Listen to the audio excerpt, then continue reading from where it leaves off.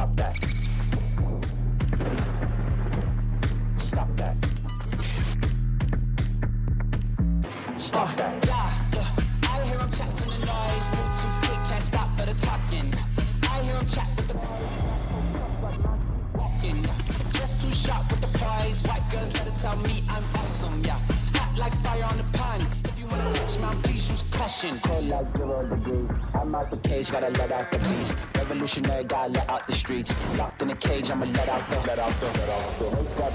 sheets. We came for one man, forget my peace. You take the west, I'll take on the east. I'ma put him in the cage, never let out the. I hear him chat to the noise. Move too quick, can't stop for the talking. I hear him chat with the boys. Man so tough, but man's keep walking, yeah. Just too sharp with the prize. White girls, let it tell me I'm awesome, yeah. Hot like fire on the pan. If you wanna touch me, please use caution. Stop that. Stop that. Stop that. Internet consensus, Stugotz, is always funny. So it was interesting to see a whole lot of Sunday morning or Monday morning quarterbacks the other day say the very same thing, which is, what kind of idiots decide to jump Cam Newton? That is what everyone's reaction is. However, I'm here to simply stop you. No matter what I thought it would look like, I didn't think it would look like that. I didn't think it would look like Cam Newton. His hat is going to be totally unfazed. That video doesn't even get as much run as it got, if not for the fact that his hat never moved while four guys are jumping him. He's throwing around one guy with one arm, and he's got another guy in a headlock. It's like out of a movie. He is swatting kids away from him. I mean, the whole thing, everyone's reaction was the same. How could you be so stupid? And I talked to some people who work in MMA and said he did that perfectly in a situation when you're getting jumped. What you do is you move away because everyone has the same target. And if you start moving away, you use their momentum against each other.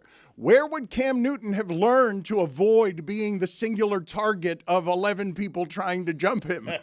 So you saw this fight and you said, let me reach out to MMA people to break down his form? I just happened to be I happened to be with them. You didn't text me. I wasn't doing reporting. I just happened to be in Rome, with people who were watching the video. There were not feathers in that hat, right? That was all his hair. I think that it was an open hat with his hair coming out the top. Yeah, But that's I could right. be wrong. But there weren't also feathers. There may have been. It was a grainy video. It wasn't great. It's a fair question. In fairness, though, like, video quality for incidents has gone much up since, like, the Zapruder film, right? Yes, there are more people videoing, and I would say to you that when you're saying the video quality wasn't great, I got number of angles, which I wasn't expecting, which means people were very quick. If people are jumping Cam Newton around me, it's going to be many reflexive thoughts I have before I get to let me video this. I'm going to have a lot of different thoughts. So I thought the number of angles there was impressive, as you complain about not having enough angles. I think anytime anything happens now, the first reaction from most people is, let me videotape this.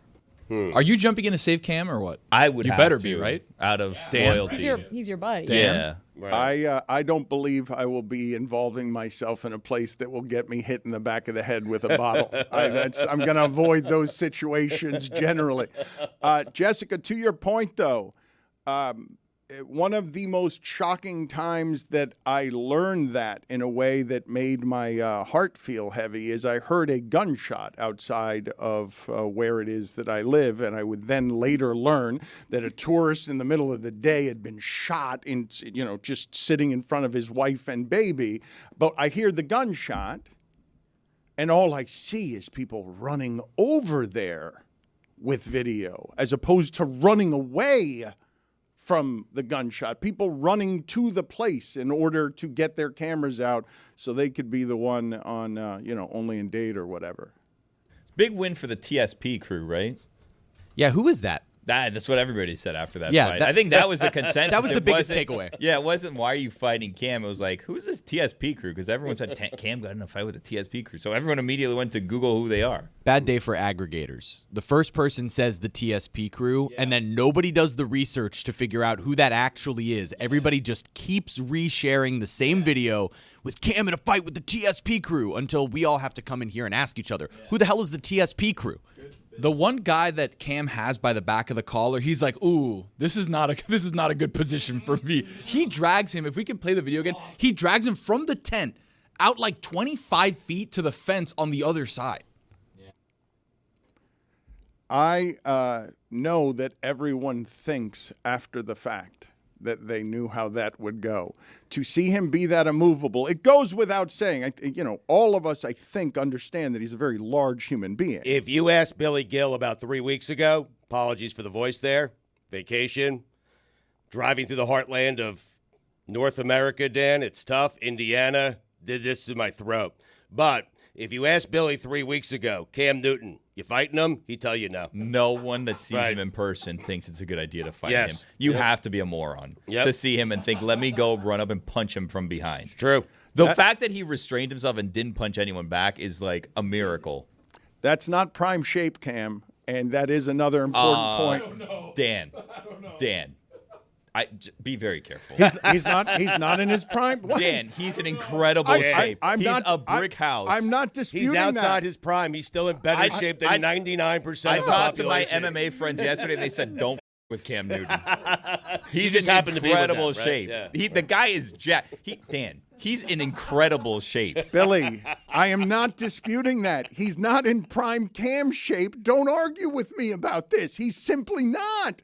He's not in MVP of the league shape. Like, what are you talking about? Yes, of course, he's built unbelievably well. And also, he's out of football. Like, I'm saying nothing shocking by suggesting that he might have been fitter when he was MVP of the league than right now. Who disagrees with that?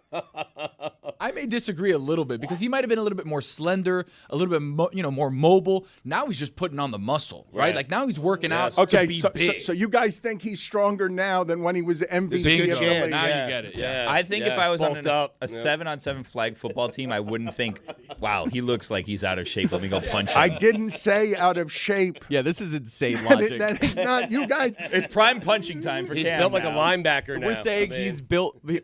Let's just get this straight. No.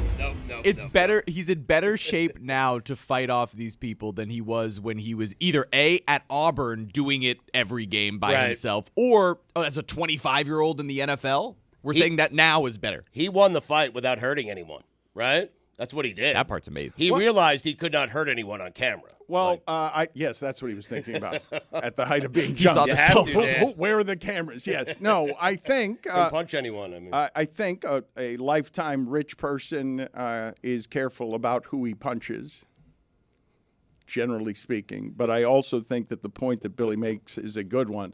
Among the many things in that video, there's nothing more impressive than his hat not moving. But among the impressive things is that at no point do you see him throw a punch. He's throwing people around, using their momentum against them by simply moving them around, all of them much smaller than him. Somebody came in at the end with a haymaker that unfazed him as well. Somebody came in with a very strong punch, but it was like trying to punch the 8th floor of a building. Like he wasn't quite getting up there. Do we know if it reached? I know it looked like it had a lot of momentum on it, but fizzled out at the end when it couldn't get to where Cam's skull was. He looks like Gulliver fighting Lilliputians. But those didn't seem like small people except for being next to Cam Newton, because they were not small compared to everyone else that was there. They were only small compared to Cam. I want Stugotz to talk about another fight, the one involving the Miami Heat against the Pelicans. Right. Sullivan, we've got now someone in our camp, Stugotz, who does some of the stuff that Allison used to do. He used to find people. She used to find people very quickly for us. Can we find the Heat fan that was ejected from this game on over the weekend. That was hero. it Friday or Saturday? But the fight involved choking people. It involved Jimmy Butler saying it's that time of year, which I don't think it's that time of year yet. It's not. Yeah, it is. Is it just that time of year when getting there. No, but is Yeah. it that time February. of year just when Jimmy says it's that time of year? Yeah, Pretty that's right. much, yeah. Yeah, Yep. that's exactly right. Yeah, when he decides he's ready to play and he wants to show up and put up 23, 9, and 7 or whatever he wants to do, this is what happens. He played really, really well through the first few quarters and then gets into a fight, so he doesn't have to play tonight. Can I ask a question? Load management. So we talk about like this whole the best disciplined team. This doesn't seem like a disciplined team. Wow. Hardest working, most disciplined. Discipline. This isn't discipline. Running around, hitting people, throwing people around, getting The kicked out of discipline is games. on the court. This happened on the court. No, I'm in your watching the play court. and playing They're zone literally on the defense. smoothie They're King 31 and logo. 25. I mean, This doesn't seem like a disciplined team to me. You know what this was called, Billy? Lighting a fire for this team. Oh, please. The same way Rick Pitino did. All of a sudden, look, St. John's, Red Storm, big win over Creighton a couple days ago. I So saw you got that. bounced Come in the on. second All of a round sudden- again. Jeez. Maybe, but Jimmy fights somebody. You know what I like in this video? Jaime Jaquez Jr. in the cut, in the mix, fighting with his big dog. That's what you want to see when you're a rookie. You want to see a guy in the middle of a fight getting with your best player and doing whatever he was doing here. Right here, look. Right there, we're going to try to get somebody threw a What's punch. he- Let me he's- get in there. wait a minute, didn't do a what's thing. He's just I being mean, pushed. You got to be seen. doesn't seem like Guys, you got to be No one seen did in the anything. mix. I That's what it mean- is. You got to be seen in the mix. Let me explain something to you. This is what it looks like is Jaime Jaquez is floating out to sea is what it looks like. That the current is Being taken by the current of the fight. The current is simply The king sweeping. tide has swept him. but Tony is right. The key to showing that you have your brother's back is just by being in the mix. Exactly. Like there's a picture of Duncan Robinson right in the middle, and it looks like he's in the mix. He's not doing anything. He's actually smiling. But Dan, the key is you have to be in the picture. The You best do. one was Niko Jovic because he actually ended up getting suspended a game for this. And what it was is when Jose Alvarado and Thomas Bryant started fighting a little bit after this part of the scuffle, you end up seeing Niko Jovic run over and he gets held back by somebody and looks like he wants to throw a punch. And it's great because he never actually had to. That's the best part about it. Zion said it wasn't dirty. It wasn't dirty. I mean, Kevin Love was trying to help him up.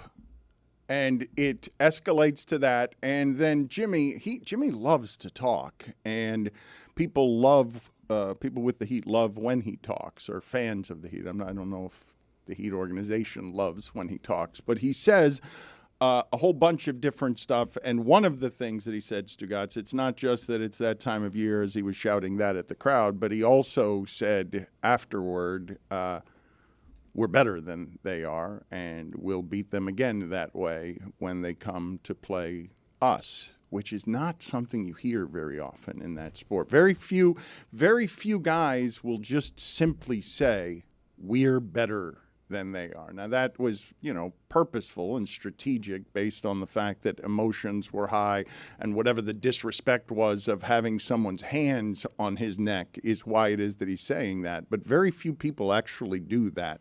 Just say flatly, we're better than they are. When this year they're kind of the same as they are. But what, to me, I know we love the noise and the drama and that stuff, Stugotz, but the single most impressive thing to me about watching that was what happened with Bam afterward, where Zion couldn't do anything against Bam, and Bam did whatever he wanted on the other side.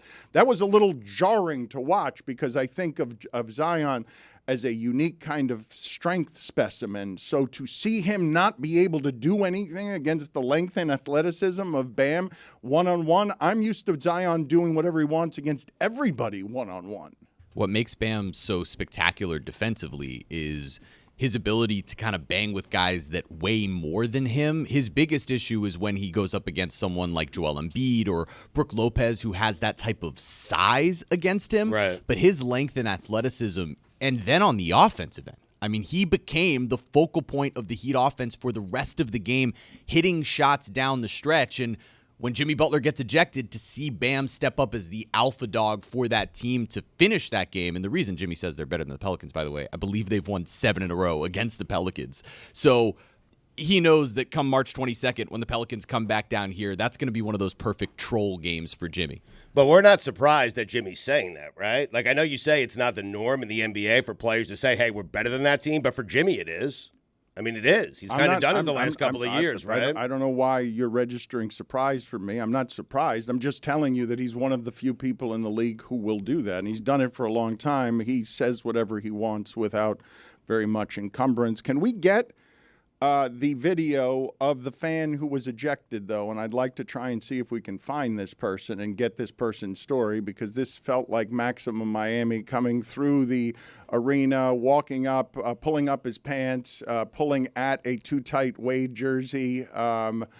It is a little tight. It is, but it's Maximum Miami in New Orleans, just wants to be in the middle of the fight, is shouting at people, has a drink in his hand, again, pulling up his pants as he goes up the stairs and is ejected, representing Dwayne Wade and Wade County in general, just doing it the way exactly. That's why everyone hates Miami. That guy. Just everything climbing up the stairs there. That's better than the Pelicans fan who was throwing stuff into the fight. Did you guys see that? There was a fan a few rows up who was throwing drinks into the fight. We're lucky it wasn't another one of those Malice at the Palace situations at the Smoothie King Center. What quarter did this fight happen in? Beginning of the fourth quarter. I'm surprised the Miami guy was still there. That's why everyone hates Miami fans, Dan. They're used to seeing them walk up the stairs in the fourth quarter. We were having an editorial meeting before the show, Dan, I don't think you were there for, and it was, if we have this guest on, if Sullivan's able to track this person down and we have this guest on, are we just enabling bad fan behavior in every away arena, hoping that we bring them on the show? Like, are we just encouraging Heat fans to go out and be obnoxious and misbehave at every road game in the hopes of getting on this show? And I said yes. Good. That's what we're doing. EP today. I want to know what the details of the story are. I want to do reporting that's not just talking to my MMA friends. I'm sure he was minding his own business, and he's a victim in this whole situation. Look at him. He looks like someone who's just behaving himself. I'm sure he said nothing. He was just saying, hey, thanks for having me. Great seeing you guys. Oh, I'm kicked out. Oh, sorry. I wanted to show you guys something here because Stugotz was annoyed with me because one of the things that is fun in South Florida sports, because we do have an unusual number of broadcasting people who have come up through a team, with a team, and not unlike Eric Spoelstra, have stayed with the team. And so I've been legitimately made happy by seeing Steve Goldstein embed himself in the Panthers organization, and then to watch people who work for the Panthers get this kind of team and this kind of run where you're nationally relevant, you're interesting, you're annoying, you're a very good team. I'd like to play for the audience here some audio and some video of the end of a game, Stugotz, against Washington, because I thought the goal was the goal call and the Goldie call. I just thought all of it was really great. To listen to the escalation here as you've got so few people on the ice and it's late, it's overtime, and the next goal decides it. And listen to this.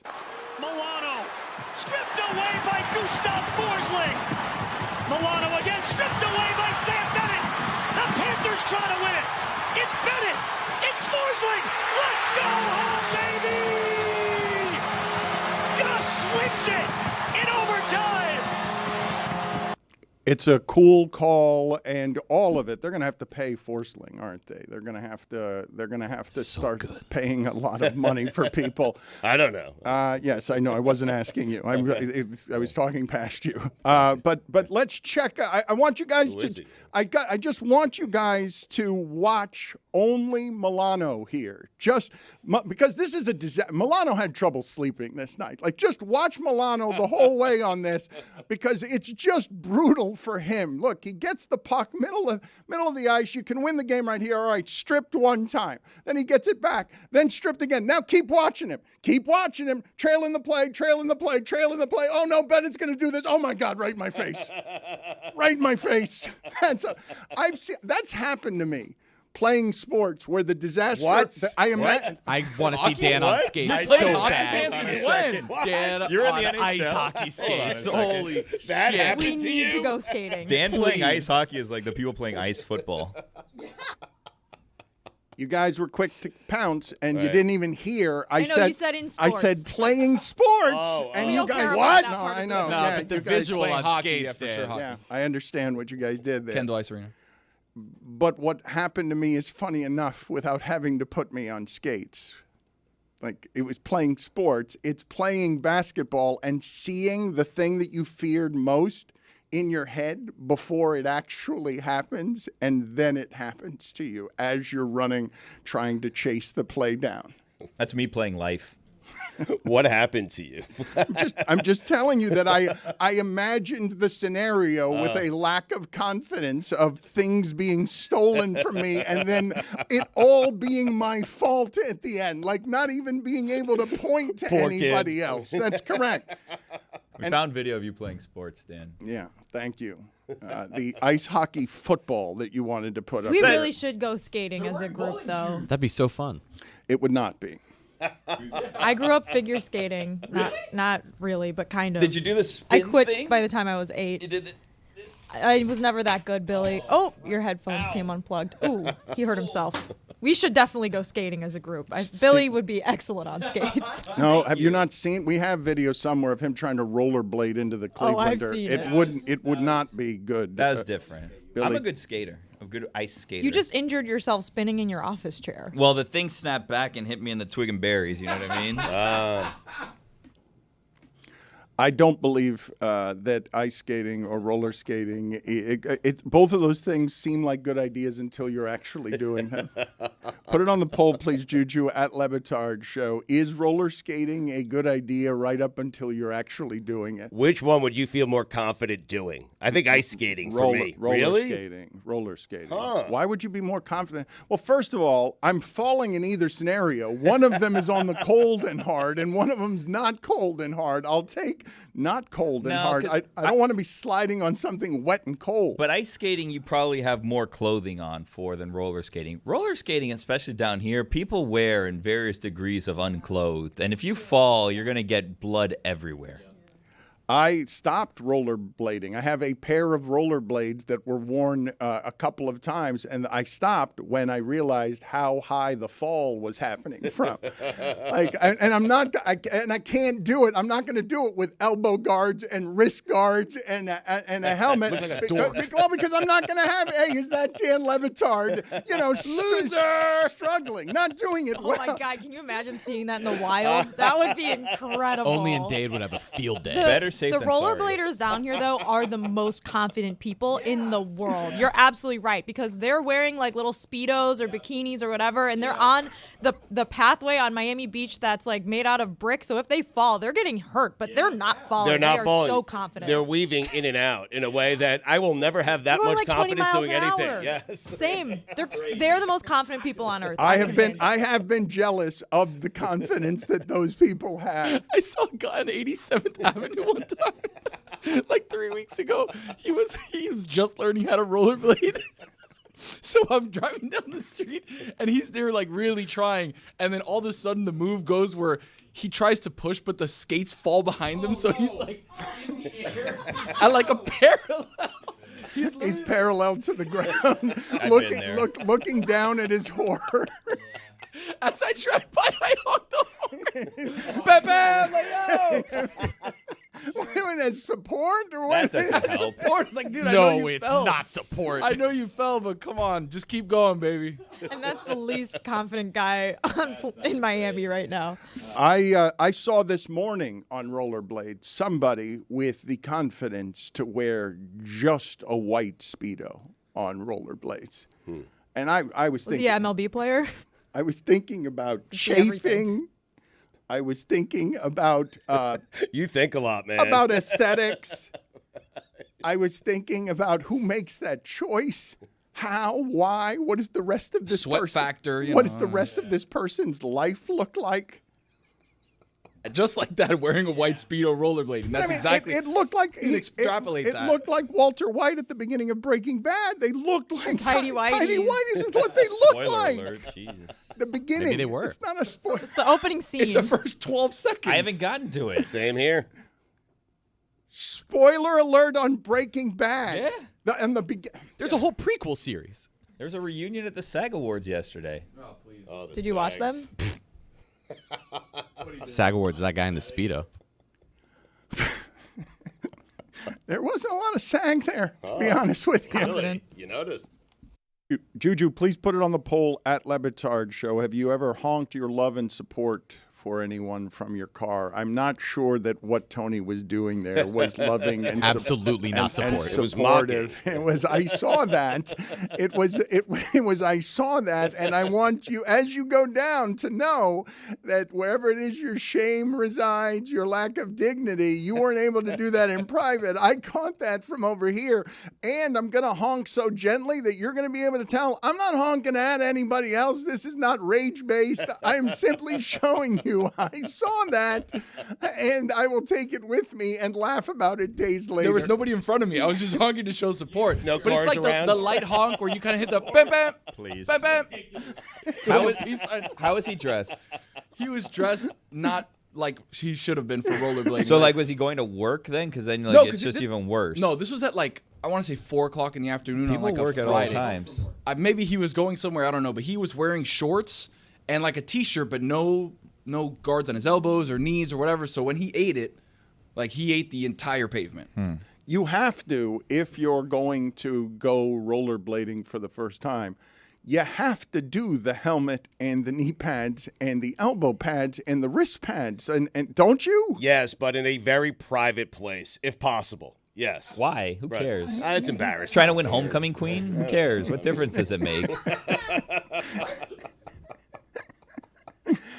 Yes, Billy is right. Just own it and don't be confident. Be bold. These roller skaters and these rollerbladers don't worry about this stuff. About the ones who are all over Miami, and they are everywhere. They are peacocking and they are resplendent with confidence. We've all noticed it. We all want and envy the kind of confidence these people have, just rolling around shirtless and knowing they're not going to fall. The more I think about it, the more I just think everyone in Miami has an absurd level of confidence. Yeah. It's just maybe other than Billy. It's part of the deal. I knew you were about to doubt me. What? We will get to DJ Khaled's confidence in a moment because I saw what he did yesterday, and it was ridiculous and funny and amazing, really. But before we do that, Jaymion Andrade has been found, and I'm very happy about this. Sullivan is pretty good. Jaymion, thank you for being on with us. Where are you right now? Right now, I'm about a little less than an hour from TD Garden. That's where I'm from, actually. All right, So I'm from enemy territory. okay, so A you're little bit cold down here right now. all right. So you're a Miamian living in Boston. I am a Miami Heat fan, yeah, and I live close to TD Garden, yeah. Okay, so what do you do in Boston? I do pipe fitting. Okay, and so what brought you to New Orleans? What was the occasion? Well, I was on vacation for birthday. My sister got me tickets to the game for my birthday, so we were out there, just enjoying the culture and just wanted to catch a Heat game out there while I was at it. And so what happened? Take us through what happened. Honestly, I was just, being a Heat fan. I had pretty good seats. We were like in the third row. And then I was just heckling the whole game, just being a Heat fan. And then I guess they got sick of me after a little while. Because basically when the scuffle happened with the players, that's when they was just like, yeah, we're going to get everybody out of here. I don't know. I really did nothing because the funny thing is that people don't know when they first kicked me out, like what you see on video, they kicked me out, sent me to security. And then when they sent me to security, they said, oh, you guys got the wrong guy. You got to escort him back. And then they escorted me back. And as I'm coming back down the stairs, they grabbed me again. So they kicked me out twice in one shot. All right, so hold on a second. So what happened? So they kicked you out. They thought they had the wrong guy and then didn't have the wrong guy. Did they have the wrong guy? Honestly, I have no idea. And the crazy thing is when they first kicked me out, they brought me downstairs through the elevator and everything. And then as soon as I got through the elevator, they're like, oh, that's not the guy. You guys got the wrong dude, so you got to escort him back. They escort me back. I'm going up the stairs that row right there was row 113. When they escorted me back, they escorted me back to row 115. So then I go up the stairs to go around and come back down 113. And as I'm going up the stairs, the people from that row recognize me. I go around, and as I'm going back down to heckle those same fans, I thought I was getting kicked out. Before I could even go down the steps, they grabbed me again. And when they grabbed me again, they literally brought me down to security and they told me, "Oh, it's NBA code of conduct. You can't swear in the arena." So they literally told me I got kicked out for swearing. They said I'm not banned, but I can't come back today. But are you the right guy? I mean, Well, I'm the guy that got kicked out for sure. Yeah, but I'm not. I didn't do anything wrong. I really have no idea what happened. You didn't deserve. was You didn't a pain in the deserve. ass. You didn't deserve to get kicked out. You were heckling and you were cursing. Yes. I mean, I was just saying, fuck the Pelicans and go Heat, basically. Mhm. But the thing is, when they brought me downstairs, they kept saying, "No, you're good. We just want to get a copy of your ID and we're gonna bring you right back." Like they literally told me I wasn't getting kicked out. They told me they was gonna get a copy of my ID, send me back, and then they didn't do that. Tell us how it is you became a Heat fan. I actually became a Heat fan because of D Wade when I was young, and then just stuck with that. Just been a Heat fan since. How does that go for you in Boston? Terrible, surrounded by nothing but Celtics fans, but it was great last year and the last 4 of the last 5 times we faced them in the playoffs. So Celtics don't have nothing for us. Did you at any Celtics have point? nothing for us. Did you at any point become a Bulls fan and a Cavs fan, or no? I wasn't a Bulls or Cavs fan, but I was rooting for D Wade when he was there, though. It was a little. Really? Lost him. Got a call. He was I think. cursing. Sounds like Pelican security. Okay, NBA ripped him away policy. from our Yeah, he Zoom. said We F the lost him. Pelicans, and then he had to go. We will see if we can That's get a pipe him to get him back. Hell yeah. He It's has miscarriage When of you say you're justice. just being a Heat fan, that covers a What lot does of that territory. That covers a mean? lot of territory. Put it on the poll, please, at Le Batard Show. When you're saying you're quote just being a Heat fan, is that automatically grounds for ejection from any stadium in the world? He's back. Did you see the video where like the Pelicans post-game show was just overwhelmed with fans chanting "Let's go Heat" in the background? Yes. And like, did we come into the wrong arena today? Yeah, Jaymion, were I you? was one of those. How? teams. Hell You yeah, got kicked Dan. out. How This was guy's there? a hero, Dan. No, listen. What the funny thing is, they didn't let me back in the building, but I was right by the door behind the announcers, so I was screaming right in that building. I didn't care. I was waiting for all the Pelicans players to come out so they could hear me. I didn't leave that arena until like maybe a few hours after. Maybe a couple hours after the game was over. I didn't leave. I wanted to be the last one out that building. I was the first one out the building, but I wanted to be the last one out the parking lot area. Let's play for him this video and just give us some play-by-play. You don't have to adhere to the video play-by-play, but just take us through what it is that's happening here as you're leaving your seating area. So everybody kept saying, "Get out of here." Mind you, everybody's swearing at me, "Get out of here, f- the Heat," but they could swear. And then all I'm saying is, "I'll be back. I'll be back. This is my arena now." And I said 305 till I die. I was letting them know it's my. I kept on saying this is our arena now, because the funny thing is, when Jimmy Butler was getting kicked out, and then he points at the crowd and he balls his fist up. Yes. I was literally right behind the Heat bench, so when he was looking up at the crowd and doing that and cheering, he was cheering towards me getting kicked out. Are you from Miami? I'm not from Miami. but 305 do- till I do- die. Buddy. But I do travel. I do travel there as often as I can. My sister's a flight attendant, so I fly for free. I'm everywhere. I'm everywhere wow. the Heat go. I Hell go yeah. everywhere the Heat. And the funny thing is, I'm going to that Heat Pelicans game March 22nd. They're gonna hear me again. They're gonna see me again. I'm trying to find a way to get free tickets if I can, because I deserve it. I got you, I'm the dude. number one Heat fan there is Miami out through here. and Look, through. I come to work with my Heat hard hat on. I don't play no games. Got them tatted on me. I just can't show that right now, You know what? because I got too much layers on. But All right, I'll get you tickets. Oh, Get- that's get so me nice, tickets, because I was baby. going to do it, Dan, but you did it. Thanks. I mean, You were gonna do hey it. Dan, hey Dan, I'm a big fan of yours, by the way, man. How's Poppy doing? He's great. Thank you for asking. He is 80 years old, man, shuffling good to around the house, and doesn't want to be around us anymore. Yeah. He's done with the whole thing. I mean, this guy could schmooze. Big fan after you got him tickets, Dan. You noticed that, Yes, I did notice No, that. I was gonna lead off with that, but you guys asked me questions a little too quick. Thank you, Jaymion. We appreciate it.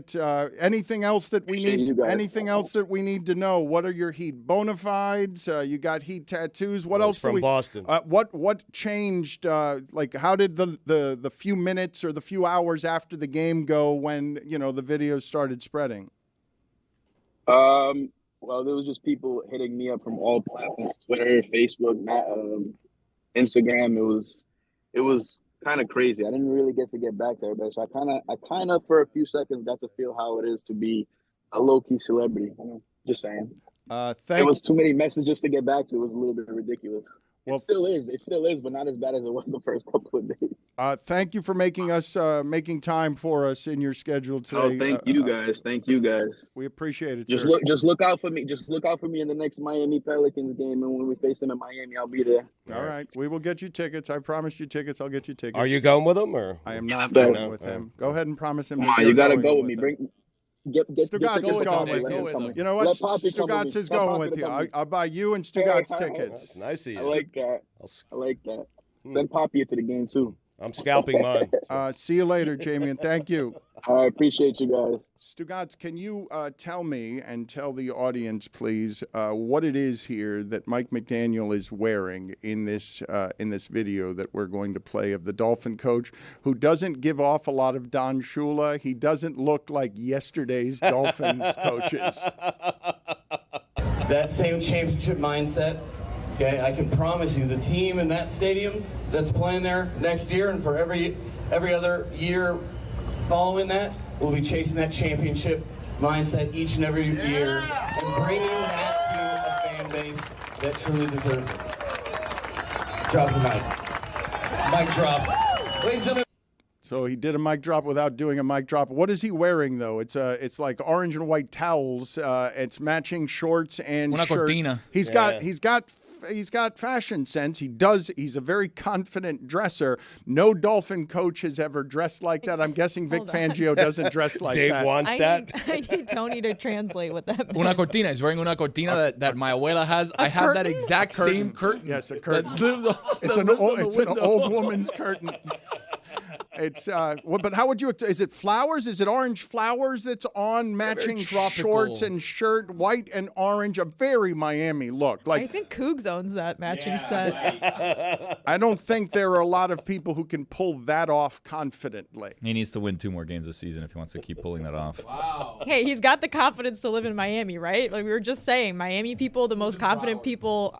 You're right. He lives in Broward. He lives in Broward. Never mind. Please. Never mind. He's talking about championship mindset, and for a while, the joke at his expense is going to be, go ahead and win a playoff game. Go ahead and win one of those, and then we will allow you to wear flowered cortinas.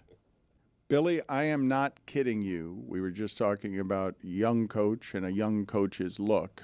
I did not recognize Don Mattingly when I saw a photo of him this weekend. I legitimately, when people were posting the photo, it's in a Blue Jays cap, what the Marlins have done to age him. He was there last year. Blue Jays did that to him. Yeah. Blue Jays have been a huge bust, by the way. We don't need to get into that today, but all those young stars. He looks like a slimmed down Santa. Like if Santa was like Joe Thomas, where he went from being an offensive lineman to then being like a podcaster, that's what he looks like. Zaddy Christmas. Yeah. I look at him, and because he was one of my favorite players growing up, like him and Dave Winfield were some of my favorite athletes growing up. Donnie Baseball, Witty. The way that he I thought he was Joe Maddon. Did you really? Yeah, when I saw like Joe Maddon's with the Blue Jays now. He looks like it. Does he not look like him? I mean, it's the white beard. I don't think they look alike though. They just both have white facial hair. Is that all it is for you? That's all it takes? I just looked real quick. I was like, Joe Maddon's on Blue Jays. I'm like, Don Mattingly.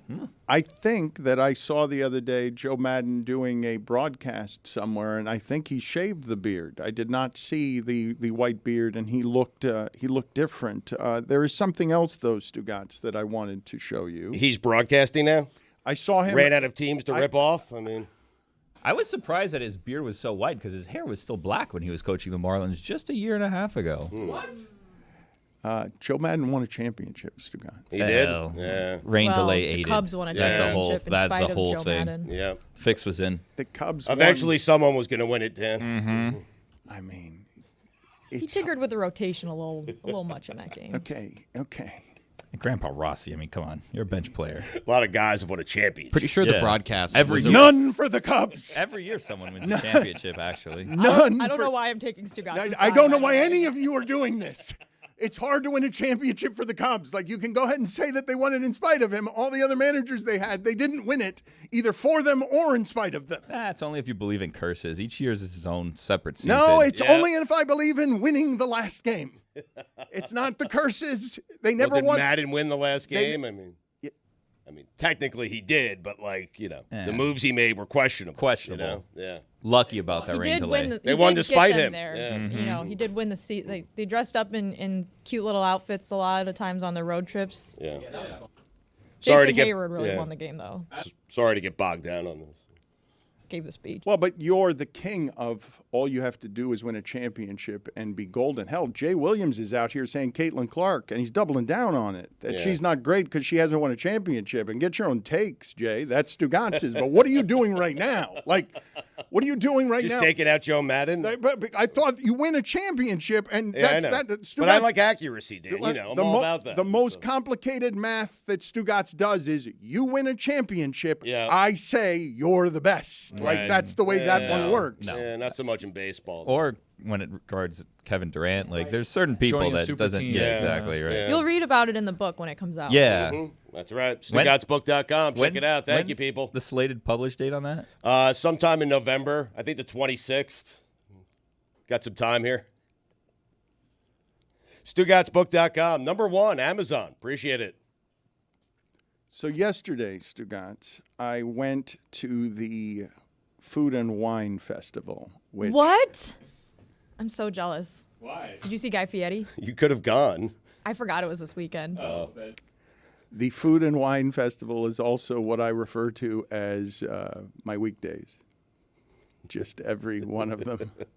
But what I have seen, and I want to be a little bit careful here, Stugotz, because I don't want to say that Miami has been ruined, but I have realized recently that I lived without realizing it during what the golden age of Miami was, when it wasn't this kind of crowded, because our traffic problems are really severe, and it is now taking an extra hour to get everywhere because all of New York has moved down here, all of San Francisco has moved down here, and anytime we do one of these giant things, it becomes a festival of we simply don't have any of the planning and strategic building of things that can handle this kind of overload. And then the next thing you know, you're getting all of these alerts that say, hey, don't go in the water. There's all sorts of human feces in the water. That was happening before everybody moved down, though, to be honest. Agreed, but it's happening more now. And in Farito, that was all the time. I couldn't go to Farito because all of a sudden there was everywhere. That's true. That's part of our childhood. Yes, I know, but it's That's happening. not New York. That's just been there. Yeah, but to Dan's point, more people, more feces. That's correct. Yes. That is what's happening. I don't know. But what do you mean? What do I you don't mean? know. I don't know if that's true. What do you He's mean? not sure. What do you mean you don't know if that's true? If we want to do like an equation about and more people coming in, I think the septic tank or whatever is spewing out there only holds a certain amount. So I think the same people are there. Plus, it's Key Biscayne probably. So it's like rich. So it's moving out the other way. That's true. There's a lot of stuff. We all know rich moves differently, Dan. Yeah, like in Australia. More people means more. Put it on the poll, Juju at Le Batard Show. Does more people mean mathematically, empirically, more human? What if what if more people are eating the same amount of food because every person is eating less? I'm just going to put it the way I'm putting it. I don't want qualifiers, asterisks, or nuance. I'm simply saying if there are more people, you're going to get more human. But, Stugotz, when I am at the Food and Wine Festival, and it's fun, and it's a great event every year. It really is. DJ Khaled, their big finish at the end of this was DJ Khaled and Rick Ross. And DJ Khaled came out and was simply terrible. Like, just really. What are you doing there? I mean, it was just bad. He played a He's couple. being honest. He played a DMX song. He played none of his own music. He ran around saying and another one, and then just shouting David Grutman's name again and again and again, making it obvious who was paying him for the You got a appearance. vintage performance from DJ Khaled. What are Yes, you yeah. complaining about? That's what he does, Well, Dan. look- We the best. But here is the vintage performance of him getting out behind the stage in his car, Stugotz. And this is a heavy lift for his security people. Yeah. He doesn't want to get sand on his shoes. So here is DJ Khaled arriving at the facility. And I guess his security just knows what to do in this spot. So they just come right over here and they just pick him up and they take him all the way to the stage. And Tony, I'm obviously not a sneakerhead. I don't know the sneakers that he's wearing there. That is great. I mean, that seems unnecessary. It seems like that's not what part of security's job should be in that situation. And Tony, you're the sneaker guy. Come on, sand that bad for those sneakers? So here's the thing, Dan. DJ Khaled has a collaboration with Jordan where he'll get We the Best branded Jordan stuff, right? So he's got like a Jordan deal. So they'll send him a ton of merch, a ton of shoes. He gets stuff that nobody can get. So those look to me like special Jordan 3s that are DJ Khaled, versions. The thing is, he's probably got like 10 of those at the house. Yeah. They mail him a ton of stuff. Yeah. He'll open boxes where behind him he's got 65 pairs of shoes just from that one drop that month. So like when you're a Jordan brand athlete or somebody that's an influencer with the Jordan brand, every month you get a massive box of all of the releases of the month, all the stuff for your sports-specific stuff. So DJ Khaled has that. Didn't Paul Pierce get carried away like this too? Like, well, it was a wheelchair. Was it a wheelchair? It was when he pooped himself. Yeah. Right, He was carried exactly. to a wheelchair that way and out of the wheelchair that way. That's what it reminded me of. If he didn't do this, though, we wouldn't be talking about what DJ Khaled did yesterday. So it worked out. Didn't he also do this at a Heat game where he had a pillow underneath his feet so that his shoes wouldn't touch the court? Yeah. Stugotz would 100% do this, though, if he could. Easier lift. Of course, yes. But if you're part of a security team, you have to carry the guy in, right? That's part of the deal. If he says carry me in, you carry me in. We should have carried Dan into Vegas. That would have been fun. Exactly that way. That would have been fun because, like, the mic wasn't working super well when we did Dan's entrance. It would have Yeah. been funny if we carried him out and whatever we were carrying him on also broke. Mm-hmm. That's Not not funny, that's but- not something that hurts the confidence at all. The microphone not working with your first words. Would have been worse if you fell off of some sort of throne, though, that we were carrying you in on, right? I started sweating. Yes. It's 30 degrees out. Chris took a victory lap. Oh, I shouldn't have said that. Chris took a victory lap when the microphone didn't work. Because the day before in rehearsals, he's like, is the microphone going to work in this tunnel? And then he was quickly like, shut up, idiot. And then he was like, oh, okay, I won't say anything. And then it didn't work, and he just gave me a little look-see across the stage. He goes, who asked about the mic yesterday? I was like, not now, Chris. It's not the time.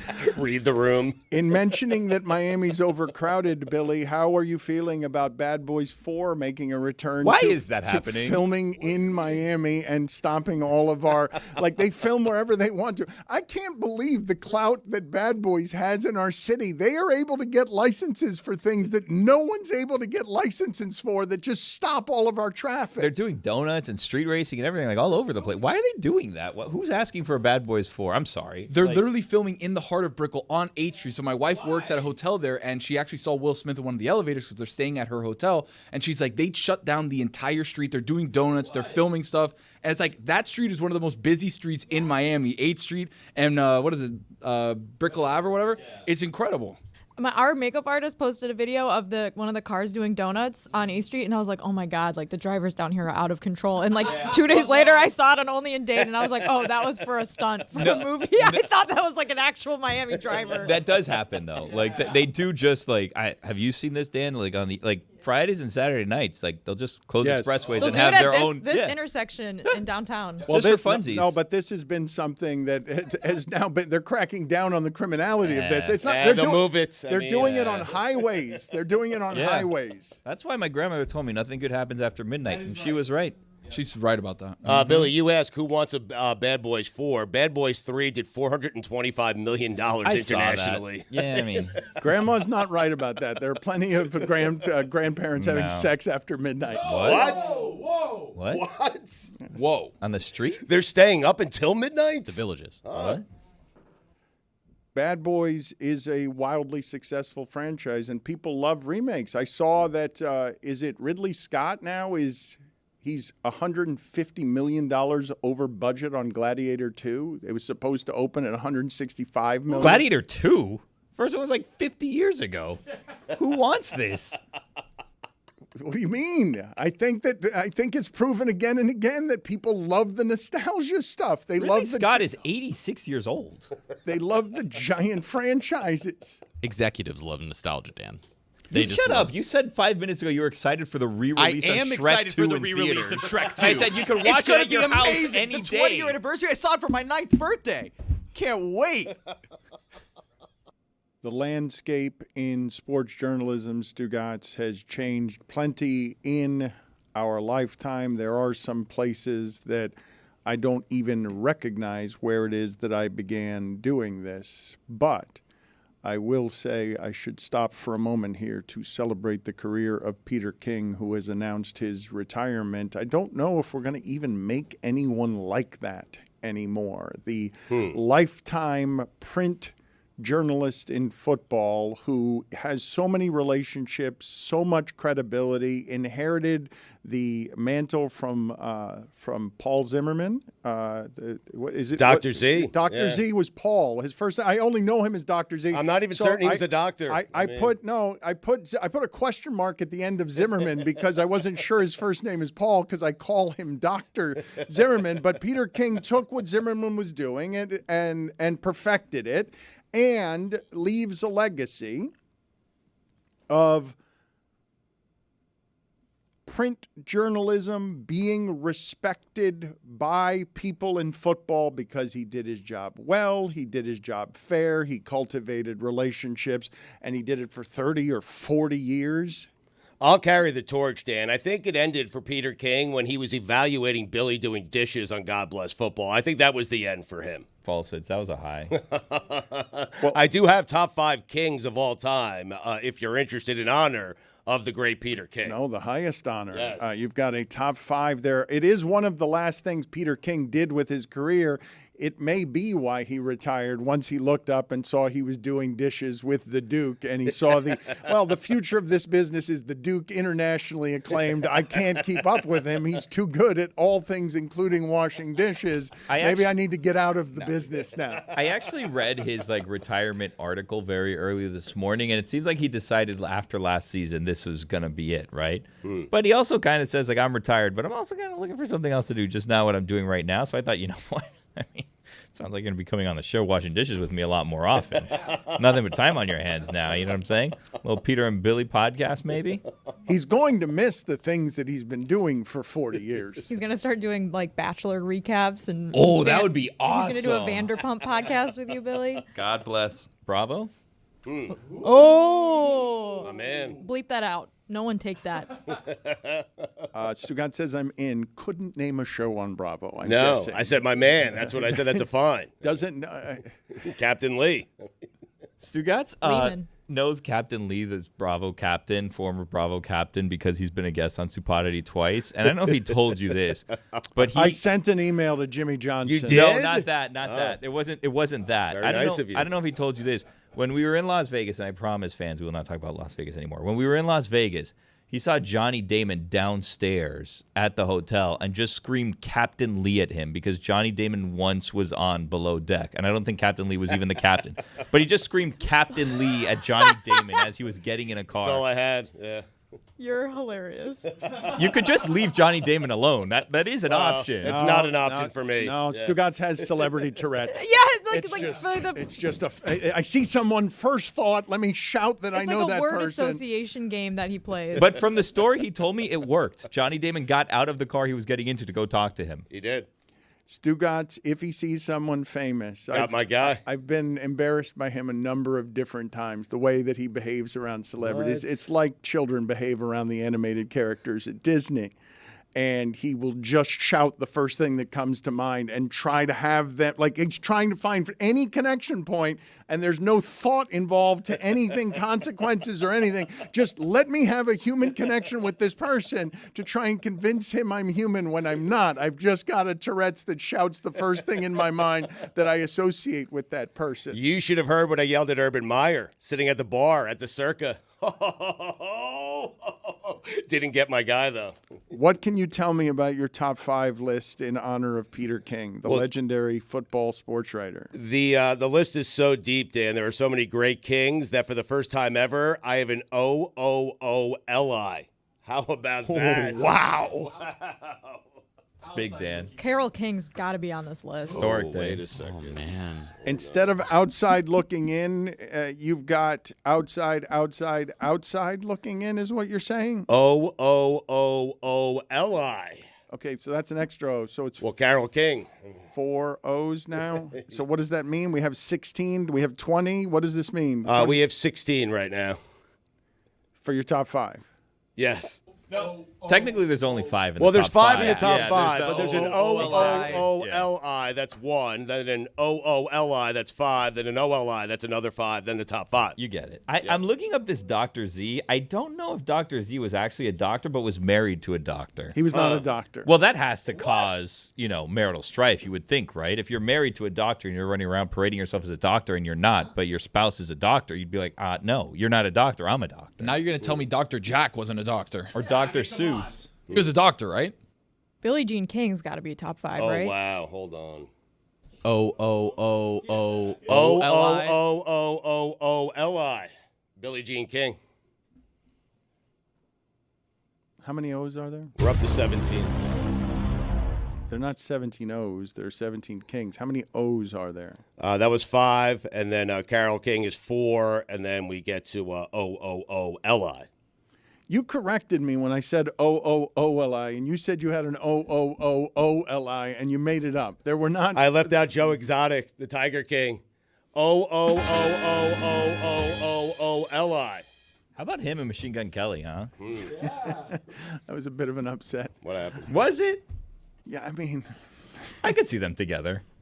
King Charles is definitely not on the list, right? No. put it on the poll, please, Juju, at Le Batard Show. Can you see Exotic Joe and Machine Gun Kelly hooking up? Joe Exotic, that's a Joe fun. Exotic, Yes. excuse me. Thank you. Different guy. Yeah. I don't know who the other guy is, but Stugotz, are you ready? I am, yeah. Go ahead. OOOLI. Now, why are you doing it this way? I don't know. King James. I feel like he's about to do an O'Reilly Auto Parts jingle. OOLI. He doesn't know. He's putting OOLI. he's putting a question mark between the L and the I. It's I don't the know. L. It's The the emphasis emphasis on on the the L L is odd. is the weird part. OOLI. Looking in. Richard Petty. the king. The Lion King. Elvis. King.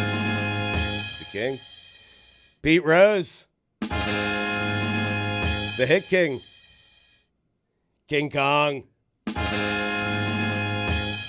OLI. Oh, that was all just OOLI. Correct. that's And then Yeah. the first one was OOOLI. Right, yes. Got it. Okay. So this is OOLI? OLI. Oh, got it. King Rice.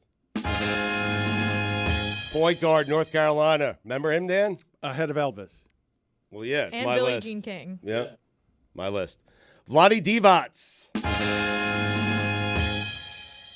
Burger King. The Lion King. You already did that. You did that already. Oh, repeat. Carole King. Go sit in the penalty box. Carole Go on. King. We'll get Marcel back to it. Dion. Go sit in the I penalty need box. to know if The Kevin Lion James King, is too. on this list.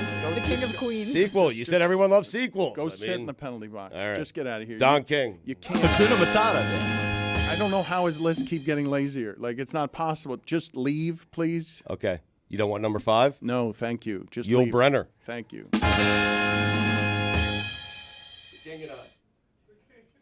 What about the top 4, Dan? Can you guys get for me, please, the sound from Bob Costas on CNN? Sharp pivot. You sure you don't want the top 4? I don't want somebody whose list is so sloppy that he can't be bothered to remember that he just said The Lion King 5 kings ago. There were 2 of them, though, in fairness. Yeah, it was 2 Actually, You lines. meant, there was the another live half. action. Yeah, or the Broadway play, Yeah, yeah. different, yeah. Bunch of options. You know? And Muñequito. Thank you, Tony. There was that one starring Timon and Pumbaa only. Ooh. Didn't they have a show? Lion King 1.5, I think. Oh, yeah. We're not going to make any more Peter Kings, right? Like, that's not even going to be an avenue that anyone has as a career anymore. The idea that you can write about the sport for 45 years. I think you could just narrow it down to people working in sports media for 45 years. Like, it's just, as more and more of these companies continue to disappear, it's like, where would you even do that?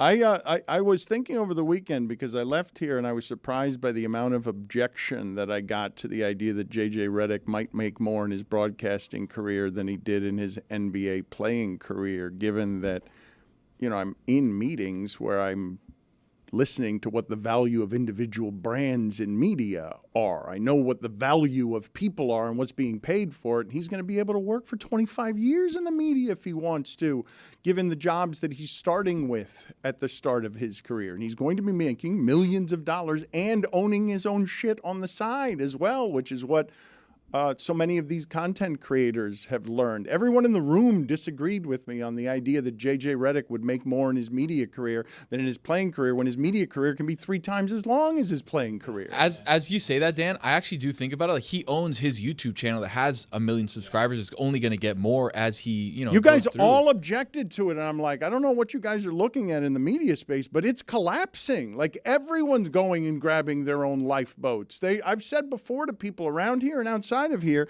that in Florida, we have a number of different producers on this show that if they don't work on this show, this job doesn't exist anywhere in the state of Florida anymore. You guys are making more than like television anchors because of the way that local news is collapsing. And I don't know. We will get to this Bob Costas sound in the next segment, but I don't know how it is that the people in general listening to this, especially if they're voting for candidates running on a platform of fake media and just hatred for the media, I don't know if the people listening to this sort of understand the danger in what it is that's crumbling around you, because many generations of people haven't been taught that the media protects democracy.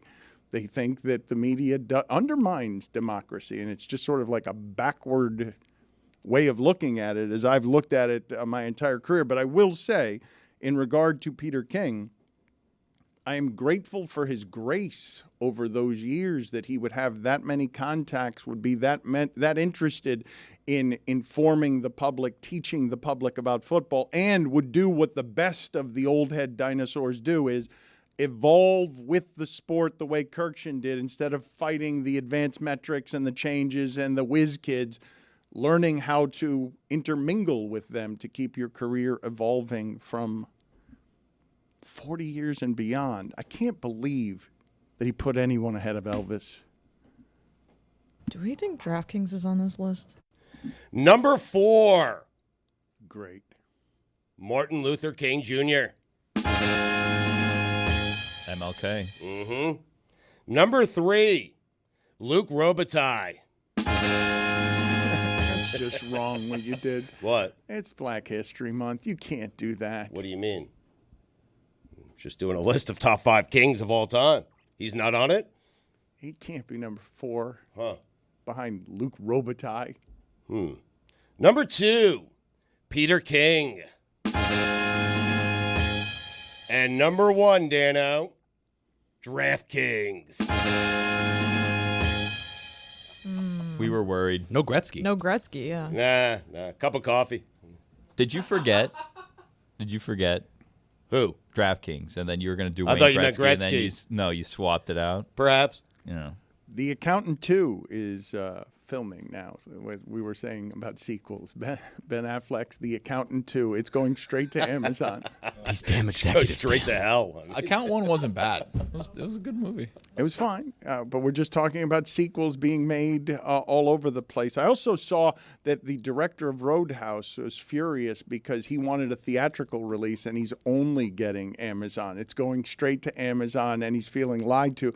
How many steroids is Conor McGregor on in that? All of them. I've seen that he's on just all of them. Put it on the poll, please, Juju at Le Batard Show. Is Conor McGregor on all the steroids in Roadhouse? There's a reason why we haven't seen the announcement for the fight between him and Michael Chandler. We don't know what weight it is because we don't know what he can get off of in a matter of time to fit a certain weight. So, Did Chuck Liddell fall off his boat? Chuck Liddell's fallen off a couple things. The thing with Conor McGregor, because Stugotz, he looks enormous now, physically just unreasonably thick, sort of looks in these trailers like a heavyweight. But the thing that I wanted to ask you about Kevin Garnett, and I don't know when this kind of stuff stopped being news that spreads, but Kevin Garnett said of LeBron James, he's on that Balco. He's on that new juice, and nobody cares. Dan, Chael says he has the same guy, and nobody listens to Chael. But it's just strange. It's a strange thing for Kevin Garnett. Like, that's not a nobody that's saying that.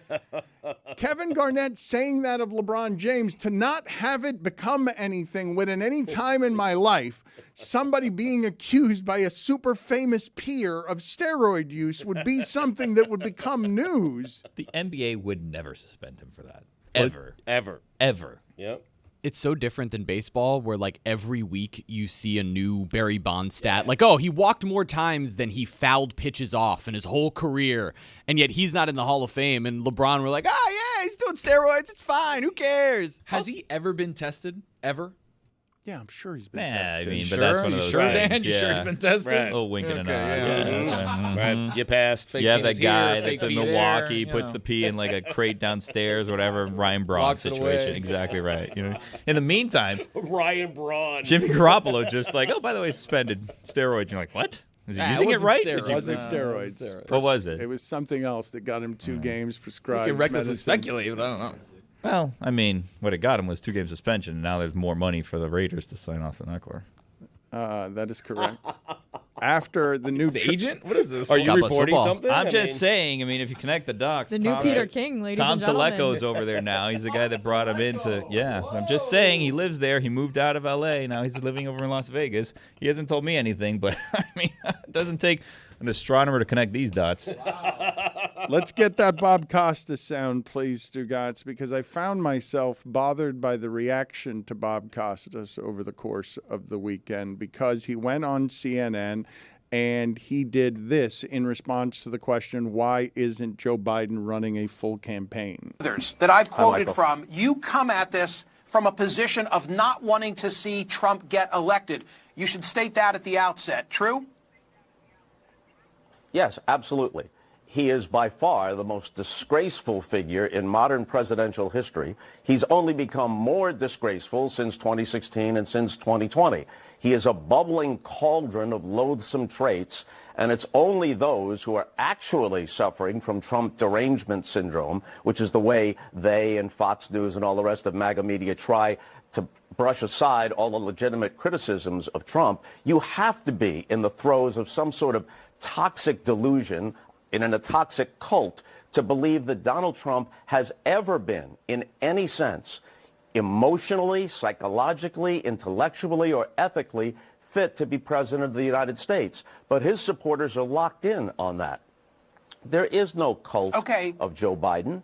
Just let me finish this thought, Michael. Even if he had not run explicitly with the pledge that he would be a one-term president, even if halfway through this term he had said, look, I've done my job, I have some policy successes, I'll continue to do my job, and now the Democrats can get, as I said before, some people up in the bullpen and sort through it. He had a chance to be seen as a statesman and a patriot.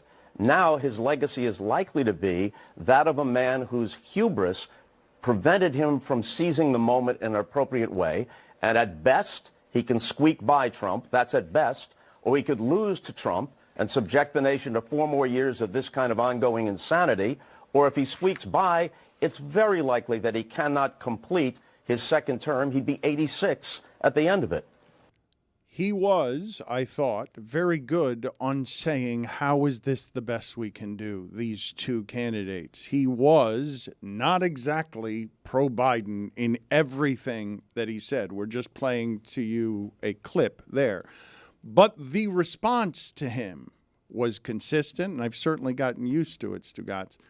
This particular dismissal, who is Bob Costas, shows such a disregard for history, for perspective, for knowledge, and you're only interested in dismissing someone if you're claiming that person is irrelevant when he's only one of the best people in the history of television. As a dismissal, it is so ignorant and lazy that it renders invalid almost any criticism you have after that if your starting point is who the hell is Bob Costas. Yeah, but on that platform, I think a lot of people are saying, who the hell is Bob Costas? Like, they just don't want to hear from Costas on that platform. They want to hear him talk about the Hall of Fame and whether Bond should be in or not. It's like Emeril Lagasse coming down and breaking down the Heat game. Who cares? Right.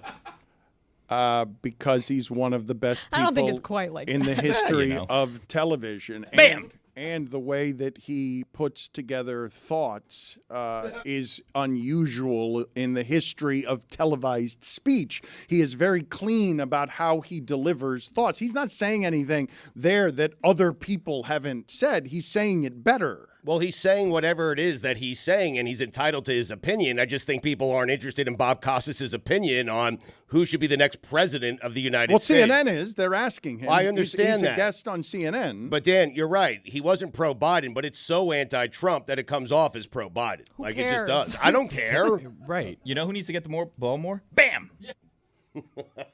You're onto something here. I think so. And a jumper by? I do think, Dan, people of a certain age group probably don't know who Bob Costas is. Like, I only am familiar with him because of stuff he did 10 years ago, because he's been on HBO the last 10-ish years, right? 5-ish years. And if you're not watching that kind of content, like, yeah, he hasn't been doing Sunday Night Football. He hasn't been doing the Olympics. Like, you might not be aware of who he is. I also see this in direction of Bill Maher all the time, and it just ignores certain things. Like, there are certain resumes you just can't come after. You can disagree with anyone out there saying whatever it is that they're saying that you disagree with, but to dismiss a who is Bob Costas or who is Bill Maher when anyone doing it doesn't have the credentials that those people have at anything, at being excellent at anything, it's dismissive in a way that just shows a lack of knowledge on the subject matter, if that's your starting point. I don't think that's true. Like, I've pretty much ignored Bill Maher's existence my entire life, and it's been pretty easy to do so because no one in my circle talks about Bill Maher. No, but when I'm saying when someone says, who is Bill Maher, as if he hasn't been doing groundbreaking television since 1995, It ignores the resume. You don't have to listen or consume what it is those people are saying,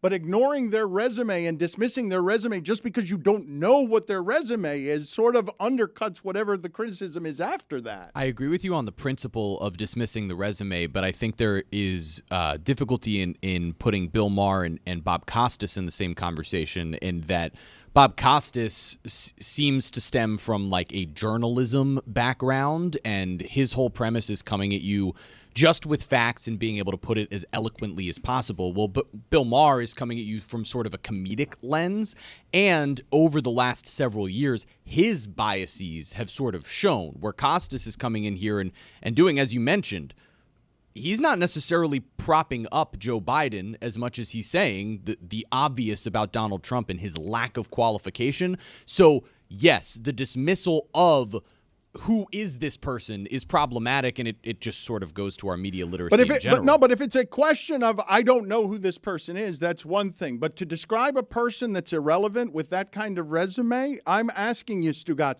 what the bleep does the resume have to be for you to be impressed by it if that's not a resume you're impressed by? Yeah, but the resume doesn't include political commenter. Like, he's out of his lane. This is not, if Costas was doing this on MLB Network, talking about who should be in the Hall of Fame, who shouldn't be in the Hall of Fame, and then someone afterwards said, well, who is Bob Costas? Because they disagree with him, then I'd understand it, right?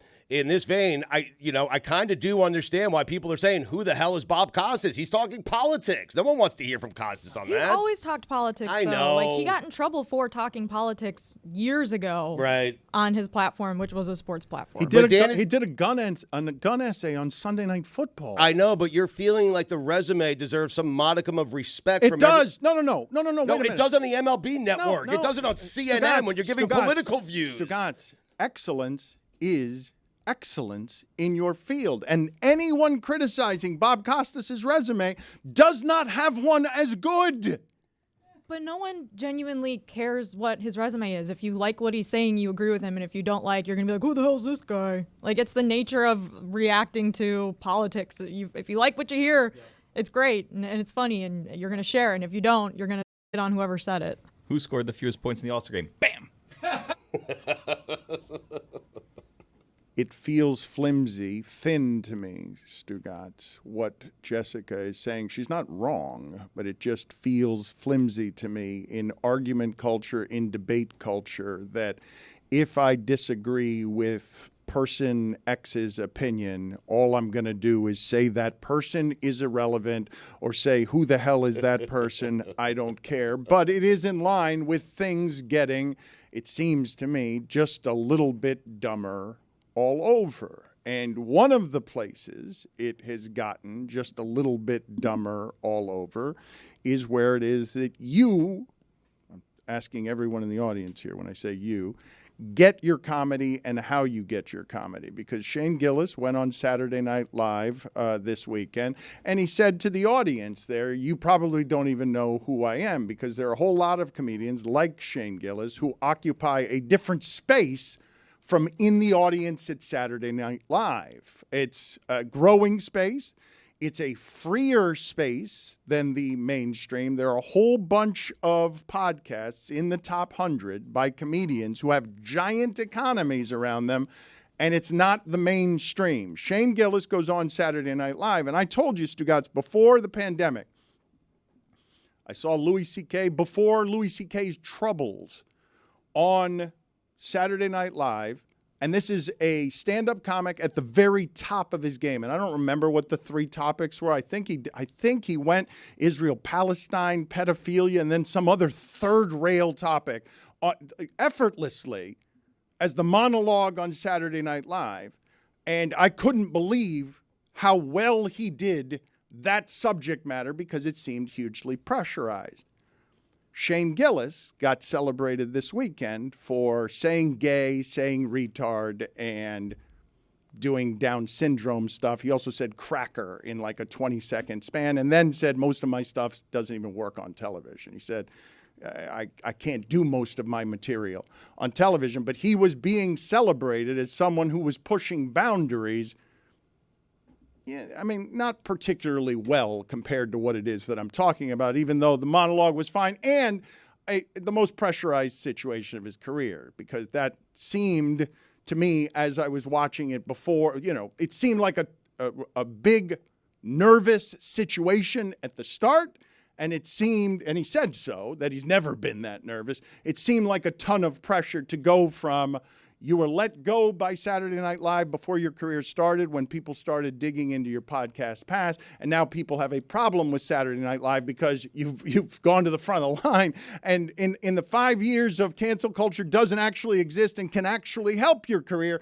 He got to host Saturday Night Live the way Eddie Murphy did when he was their star cast member by not being on Saturday Night Live. Did any of you see it? Because I thought it was a good monologue. Like, I thought he's funny. I thought he was funny, and it was a real difficult situation for him. It is, and when you are basically not into somewhere, not let in somewhere because of something that you've done, but then they also kind of bend the knee and allow you to cut the line and host and let you do the things that you're great at. His Trump, I thought the Trump sneaker skit was really funny. Like, he does an excellent Trump. There's things that Shane does in pockets that are really good.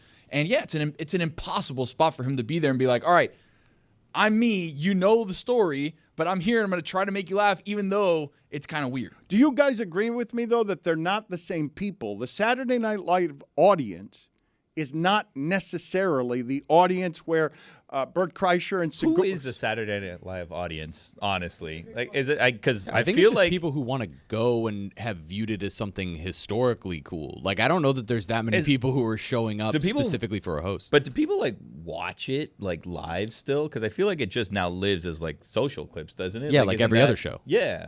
So who's this audience? Oh my gosh, a Notre Dame game went late a couple years ago on NBC, and it went straight into SNL, and it was like a jump scare. I was like, ah, where's the remote? Get it off! I don't want to watch this. Bedtime. 3 hours ago. Realistically, it's.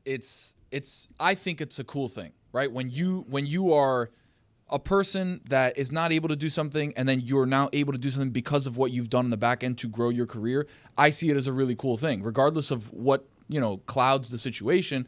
Like, I like Shane. I've gone to see Shane live. Like, he's right. The things that he does in person, he cannot do on TV. But that's who he is. And like, it's either you like Shane Gillis or you don't. And it's okay if you don't.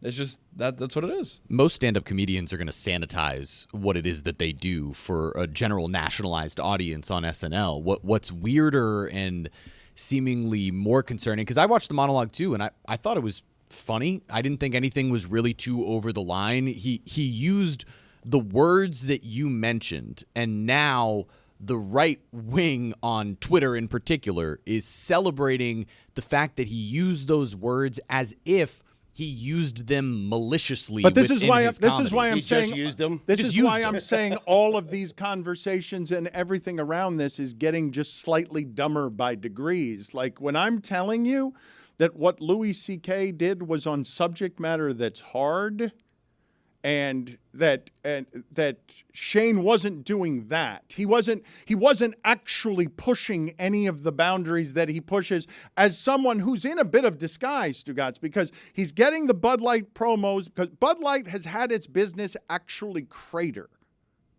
Bud Light has been damaged and is now trying to correct it by giving money to UFC, by giving money to Shane Gillis, who identifies as everyman but is in costume. Like, I think that if I had to check Shane Gillis's actual politics, I think they would be closer to mine than the average person on the conservative side, but he's sort of playing on the line. He is, and I think that's where the brilliance of Shane is. Like, I'm going to make fun of this. You don't really know where I stand. I told you I'm pre-Republican because I think about World War II. And, like, he has those bits that kind of stray the line of where he really is.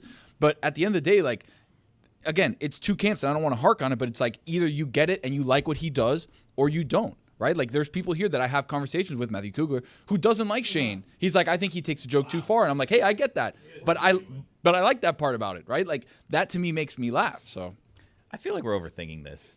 They didn't want him to host the show before because he said bad things. We overthink everything. And now he's just hosting the show because he's popular and they want the he was going to be on fans. the show. He's going to be one of the characters and one of the people. So Yeah, he was going to be on the show before. Right. I know. And then he got fired because of the things that he 'cause said. he said offensive and shit. now he's popular and they said, you know what, never mind. We don't really care about them. We don't have morals after It didn't- all. it didn't and then hurt they his- brought him in for They had, popularity. they That's had like when they Nikki brought- Haley on 2 weeks ago. Yeah, and they brought Morgan Wallen back like 3 weeks after he said the N-word. It's They not had like Trump this is a on. standard.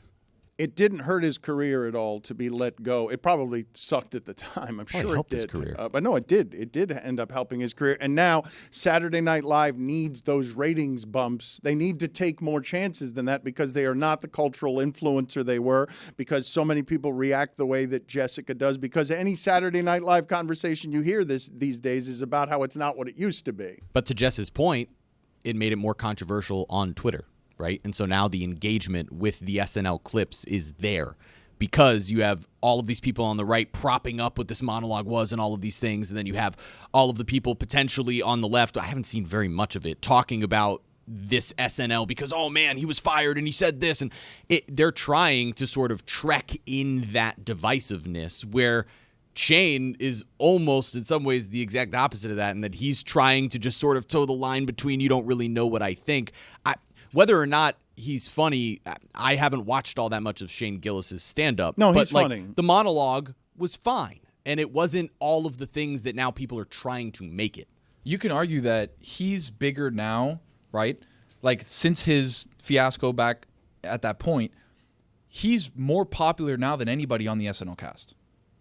across the board. That's correct. Put some respect on Keenan Thompson's name. I mean, Keenan's been doing it for a great time. Compiler, he's been there forever, not the point. But yeah, he has been a compiler one. Really? I mean, that's just my opinion. Aren't the hosts always more famous than the cast members? Yes, yeah, that's but the point. This one is different, though. Like, he was supposed to be a cast member. Now he's so big that he is now a host, not a cast member. He's bigger than every cast member that's there. But that's no different than some of the like writers who go like John Mulaney was a writer for the show that nobody knew, and then he went on to have a stand-up career, and he comes back and he's hosted it like 5 times, I think. And so it's because they get to go be so much more famous through stand-up comedy. When I talk about individual brands, though, Stugotz, throughout media being something that's helping media crumble, I'm talking about here.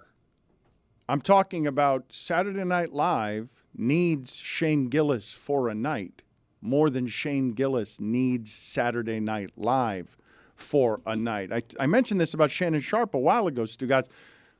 Very quietly, Skip Bayless is going to be out of a job soon because his ratings have tanked because individual brands have helped take the marketplace to a totally different place where you follow the people you like, the people who say the things that you want them to say a little bit more than you follow credible news organizations because of how all of this is fracturing. But speaking of comedy here, I want to show you what the Pelicans, the New Orleans Pelicans, did to Stephen A. Smith on their social media account after Stephen A. Smith. I think the reason for this, correct me if I'm wrong, is the reason for this because Stephen A. Smith said, made a bunch of hamburger jokes at the expense of Zion Williamson, and so this is how the Pelicans react to it. Now, this man was a bona fide scrub. He can't play. No disrespect whatsoever, but I'm sorry to tell everybody the truth. The man cannot play the game of basketball. He has small hands. He can't catch the ball. He's got bad feet. He can't really move, even though he's mobile. Doesn't really know what he's doing.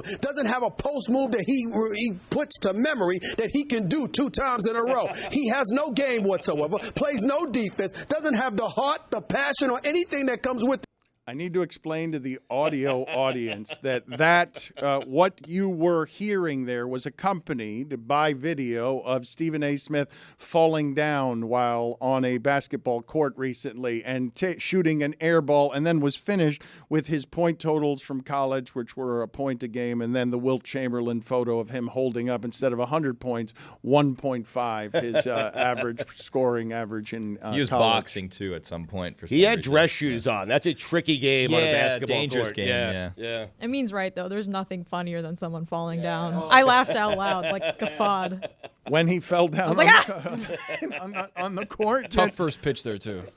Yes, it was bad video of him harder being than it looks. unathletic. I don't think I could do better, but You don't think you can do better than the bounced first pitch? It's long. it would be close. It's tough, Dan. You're throwing off a mound. It's at an angle. It's a whole thing. You ever step on a bump? I mean, Gotta zip one in there, guys. Come on. Throw a BB right down the plate. I don't think that's hard. Oh, come on, Dan. Geez. Come on. I could throw an orange 100 yards. Marlins, challenge to you. Get Dan Le Batard throwing out a first pitch. First pitch, guys. Have you ever done it? Yeah. I haven't. I don't think it's hard. Let's Off do the it. bump, it's... I am looking forward to finding out the details before I call Chris Whittingham a coward on why it is that he was broadcasting a game the other day after making such a big deal around here in our little playpen about why don't national and international broadcasters just say the word penis when someone gets hit in the penis. It's a scientific term. It's anatomy. It's not a dirty word. It's just science. And he had his opportunity, evidently, this weekend to do it. We're going to play the video and the audio here, but somebody gets hit in the junk, and all of our listeners who heard it pointed out, like, what is this? I thought Whittingham was the brave soul who was going to lead a pioneering revolution on behalf of the word penis. Let me stop you right there, Dan, because you just said junk. Why did you say junk and not penis? Because I've been grandfathered in from a previous time of cowardice, and his movement hasn't caught any strength or wind. His movement is even just amongst himself. Died. But he was the one saying he was going to be a principled penis pioneer. Yeah, but he's on CBS now. I mean, PPP. Yeah. Paramount. But the thing is, it's tough because when you're broadcasting, right, and the ball ricochets into that area, there's area? Into the coward? penis. No, but this is what I'm trying to say. because it may not hit you in the penis. No, it may hit you in the nuts. This wasn't. It may not hit you in the penis. This wasn't so an like, accuracy thing. This is he's brave when he's on this show, and then he's there doing like the real broadcaster thing. He's like, I can't do that. Has anyone had an other opinion other than that one? Everyone's just calling him a coward. It feels dishonest. It feels like he was pioneering for something he's not actually brave enough to do himself. I agree with that. I think he's also trying to impress the new bosses, trying to make himself sound serious, trying to shed the Le Batard show like cast that has been put over him by being on the show and being, the funny guy. Now he's serious Chris Whittingham. He's no longer. He used to be the funny guy. Witty the fancy lad. Exactly. Funny guy Chris. Yeah. That's what everyone called him. Exactly. Were you guys, or are you guys now ashamed adjacent? Were you ashamed of him for not, for advocating? I don't think of him. It's not like ashamed or proud. I just don't really have any thoughts. I had no idea he called the game over. Yeah, the me weekend. neither. I saw it. I'm like, good for him, but I'm not watching CONCACAF, whatever the hell. All right, let's play that video from CONCACAF, whatever the hell. All right, that's just cowardice. It is. Silence. We all felt that one. I mean, you can't say that. Well, and you're sitting there watching this dude grab. With both hands. Correct. Yeah. You know exactly what's going on. He's waiting there in silence, waiting for the color commentator to say something first. right in the hog. I'm with Tony on this. It needs to escalate from penis to hog. Right in the hog would have been laugh out loud funny. CONCACAF. It was a Serie A game. Is that League's Cup or is that? Oh my God. During that silence, Witty was just like, Oh, he was thinking about it. shit. I hope no one's watching this. No one's watching this. That's not true. He said, I hope no one's watching this. From I don't the think he Le was Batard hoping show. that, though. Yeah. Let's see. We're going to talk to Whittingham. We're going to get him on and ask him why he was such a coward. I'm proud of Witty. I am. Showing some restraint. He's got a big gig. He's trying to impress the bosses. He's not letting the Le Batard show, he's not bringing any of this into his broadcast. I think Witty's doing a great job. You can't go penis there, Dan. You can't do it. It's his first couple of weeks on the job. Can't do it. I feel like, it's not. He's been gone for like a year and a half already. Yeah, but this is a new gig for him, calling games for Paramount and CBS, and he's very excited about it. It's a bigger job. It's a bigger gig. He's on the ascent. He's getting some of the bigger jobs in the sport. Right. I feel like if he's doing his job as like a color commentator, play-by-play guy, or whatever it is that he does, right? He says like, well, that doesn't need any explanation. Like, there's a lot of people that don't have penises that like don't know what that pain is. Like maybe you walk them through exactly why that you should hurts be describing so much. the pain. Exactly right. Like you've been there before. You've probably gotten hit there. There's people that haven't. Walk them through it. That's what an analyst does. That's what a good play-by-play person does. Dead air is the worst case scenario. You just say nothing. Get out of here. Yeah, he should describe exactly why it hurts. Exactly. To get hit in that area. Explain that sometimes there's a delay. Like, it's when you stub your toe sometimes. There's a delay. You don't feel it right away, but you know it's coming. Because as someone without a penis, my whole life, no one's ever actually told me or informed me that it hurts to get hit in that area. See? Right. Witty could have filled that void. You will be able to ask him all of these questions in a few minutes when he Horrible comes phrasing. on with this. Yes. There's been some bad phrasing over the course of this segment. Can you tell me, Bill, you were gone last week. What did you do with your free time? Did you go anywhere? I went to Disney World, Dan. Ooh. How'd that go? Ow. Disney World with kids is different. Yeah. It's great. Love it. I don't believe that. Love kids. It's work. You Let texted just me say- something different. What did I text you? I'm gonna find it. I love my children and my family. Love them. Love Disney World. Couldn't do a single thing I wanted to do at Disney World, though. What did you want to do? Ride the, rock and roller coaster, or Tower of Terror, or any of those things. There's a new Guardians of the Galaxy ride. There's That a one is whole- really fun at Epcot. That's a whole thing. Don't get me started on that, because Disney now. To wait 7 hours for that. I ride, had too. Disney figured out, Dan. Like, I had it figured out. I knew exactly how you do the best Disney, how you go on and you reserve your fast passes. And then you elites came in, and now all of a sudden you can't go to Disney for a reasonable price. Number one, you can't ride anything unless you buy this Genie Plus thing, which is a $30 a day That's per a whole person, other thing. on top of like $180 just to get in for the ticket. Like, it's a whole thing. Then you can't get more than one at a time. Before it was free, and if you put in the work, you could have a great day at Disney if you went there and you had like the schedule and you did this whole thing. I drove my family crazy for years. When we had the free Disney, which was planned horribly timing-wise on my part, where I had it for free and then I had kids and then I lost it and now I have to pay, and it's just, it's a whole thing we don't need to get into today. But I used to drive my family crazy because they were bouncing from thing to thing, one side of the park to the other. We got all of our steps in for the year in our Disney trips. I'm telling you, but we went on everything. Now it's impossible to go on all these things. And then even these lightning lanes that you pay for, then there's an additional cost on top of that you have to pay if you want to go on like a newer thing. It's a whole thing. And also, I remember being happier and friendlier than it was. That's a great point. Not the friendliest. Not Walt Disney would be rolling in his grave. I'm getting yelled at if I want my Dole Whip in a cone or in a cup. Well, what does a cup look like? What size cup is it? I don't know. It said that it was a cone. Now you're switching up on me. I have to decide cone or cup. Very angry. Very angry the way they were yelling at me. It wasn't nice. It made me feel not good. Yeah, and then I was driving on the expressway, and I was driving past like the Star Wars thing, and you know what I saw? Steel beams. Turns out those aren't mountains. Just the tips of them are mountaintops on the edges of steel beams, and you could see the exposed steel beams. I feel like this is what Walt would not have wanted. He didn't want us to see how things actually worked. I wanted to think I was in Narnia or whatever Star Wars world is called over there, where you see the actual mountaintops, not these steel beams. Yeah, that's what I'm thinking. That's not the case anymore. Why are you all waiting in line to take pictures? How many pictures do we need to take with Mickey Mouse? That's your kid's fault. We met Mickey like 4 times. I feel like once sufficed per trip, right? We met Mickey. Okay, now we're going to meet Mickey the next day. It's like Mickey remembers us from the day before. We don't need to take another picture with Mickey and then sign the autograph book. And I also think, and I will posit this to the class and tell me what you guys think about this, there should be separate lines for adults who go to Disney World as just adults.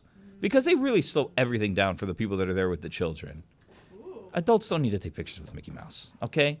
Adults, if you're waiting 45 minutes to meet Mickey Mouse, reprioritize your life, okay? And I don't want to be that guy that says that. Yeah. It's a whole thing. You're anti-Disney adult? I'm anti them holding up the lines for children who are there to meet their heroes. When you're there and you're like, oh, you were just complaining about your children. I know, I love my children, but that's why it becomes such a chore and it's so much work, is because I'm going and I'm waiting in 50-minute lines to meet these characters because there's all these groups of adults that just want to take pictures with them. Do that when you're a child. Do that at another time. Why are the rest of you agreeing with Because Billy? I'm right. Because I'm right about all of this, Dan. I'm right. Well, I don't know how they know that you're right about Disney being less happy and less friendly. It's not even. Look, it's not even a thing that I'm just making up. No, you're right. Disney, at one point in time, and you can look this up, was the happiest place on earth. Right. And guess what happens when you drive in now? You know what the sign says? The most magical place on earth. At some point, someone said, you know what? Yeah. Not as happy as it used to be. We used to be a proper country. There are happier places on earth. Someone realized it. I've only been to Disney like one time. What? So I am not, I didn't grow up in Florida. It was like a big deal to go to Disney World. We only did it once. So I don't have Disney bona fides. Like you guys go there like 10 times a year, I feel like. No, I can't afford that anymore. When you worked for ESPN. When it was free. Did you only get like 2 vouchers a year? 2 vouchers, please. Two, please. Child's Play. They used to give us a silver pass. The silver pass was you plus 3 guests. With park hopper. With park hopper. With parking. You plus 3 guests. With 20% off at the store. And the parking situation, I didn't explore because I'm not ballsy enough to do it. But it's just your Disney ID. I've done it. Still free? I've done it twice. You just show them your Disney ID. I give it to my brother-in-law who looks nothing like me, and he did it. That's crazy because now it's $35 to park there. $30, $35, something like that to park there. 3 days, you saved $100 just by showing them your old Disney ID. You get the silver pass, right? So it's you plus 3 guests. Then when you get married, you tell them I got married, and you get an extra silver pass. So you get one, your spouse gets one, plus 3 guests, plus,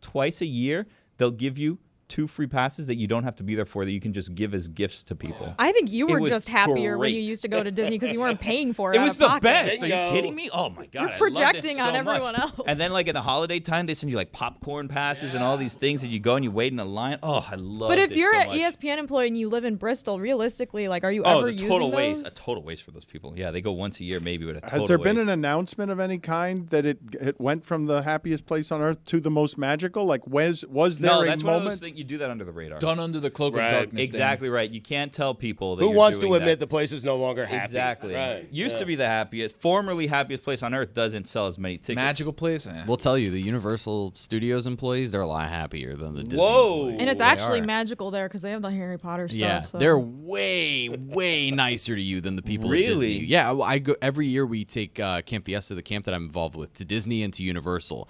And at Disney now, they used to give us like free passes to skip the lines because we're good dealing with kids with cancer who are going and can't really wait out in the hot sun. Yeah. Now all Disney does is give you those Genie Plus passes that people can pay for. Where at Universal Studios, they're still taking you in. They're asking everybody questions. They're doing it with a smile on their face. Where at Disney, we got yelled at for trying to get a kid an extra bottle of water. I just Googled the happiest place on earth. Turns out, Finland. What? Wow. Took it from Disney World. Please.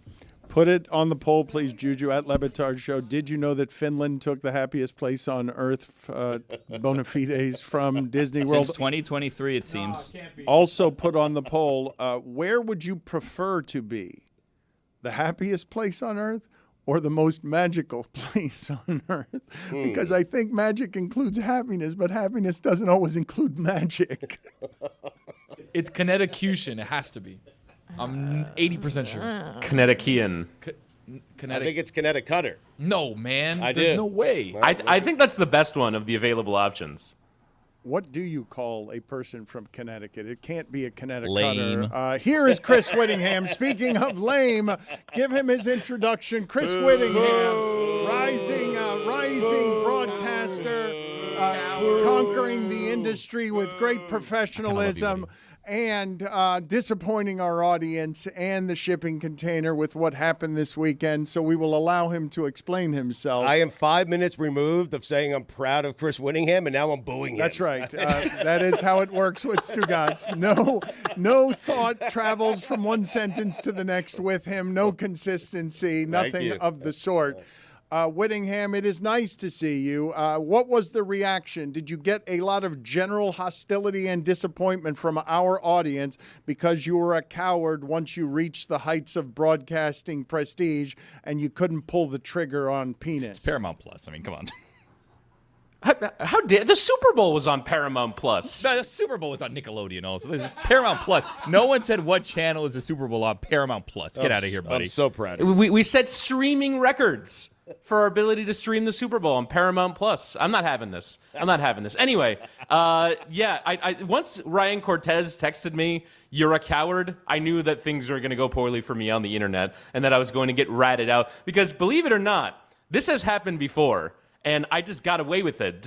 Nobody from the audience happened to be watching. And so whenever this happens, I look at the screen that I'm calling the game from and I go, oh no, am I going to have to say it again? And I've just decided, you know what, guys? I'm out. I'm not doing it. I did it once. Out. It was your thing. Ooh. I know. And you know what happened, Tony? After I did it, by the way, I did it like a year and a half ago. It's been a long time.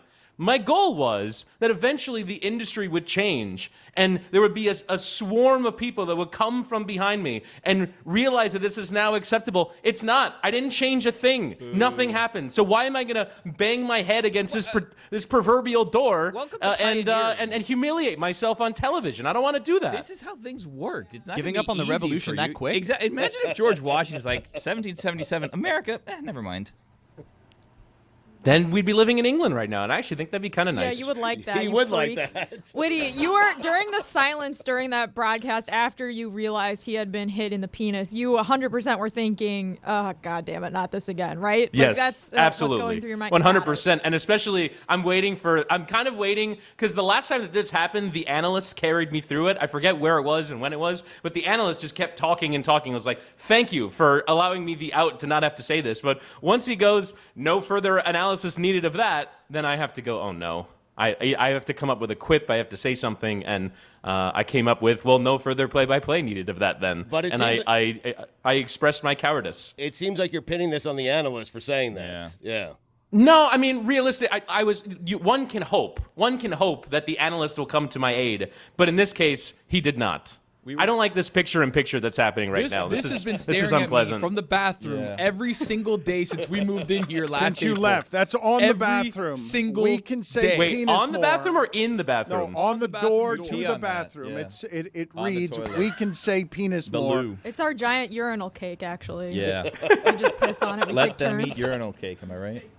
You can't lead a revolt and then just wander off into the bushes scared and have it be because you reached at a more prestigious level of broadcasting. Like, you can't be It's Paramount Plus. You can't be proud of yourself there. Is Apple TV not a big enough platform for you either? Yeah, I have given up. I've given up. I've given up my revolution. It's been a year and a half. Not one other broadcaster on one other platform. You can make fun of me for being on Paramount Plus. There are plenty of broadcasters that are on platforms smaller than that don't use the word either. And so why am I going to continue? We made headlines. It turned into a thing on the show. This is a big program with a big reach. And yet somehow I was the only one. Yes, I've given up. I've laid down my sword. You think Billie Jean King was like, people aren't going along with this whole equality You're for an women awful thing. I'm just quitter. gonna This give up cause on my isn't head." as important. I don't know what you're talking about. This is a hugely important cause, Witty. Billie Jean King was fighting on behalf of not having a penis. You're fighting on behalf of being able to say penis. It's not that different. I would say it's considerably different. The size and significance of the causes. Depends on the person. Baby. I can't believe you're just giving up. I can't believe you're quitting. Yeah. You're- Yeah, I'm quitting. I'm quitting until I lay out a marker. I lay out a challenge to all the other play-by-play broadcasters of America. If one of you, says the word penis on television, I will follow suit and I will return to my cause. But until then, I am laying down my sword because I'm not fighting this battle without an army. I need an army. I needed an army a year and a half ago when I thought I ended my career. I'm not doing this again.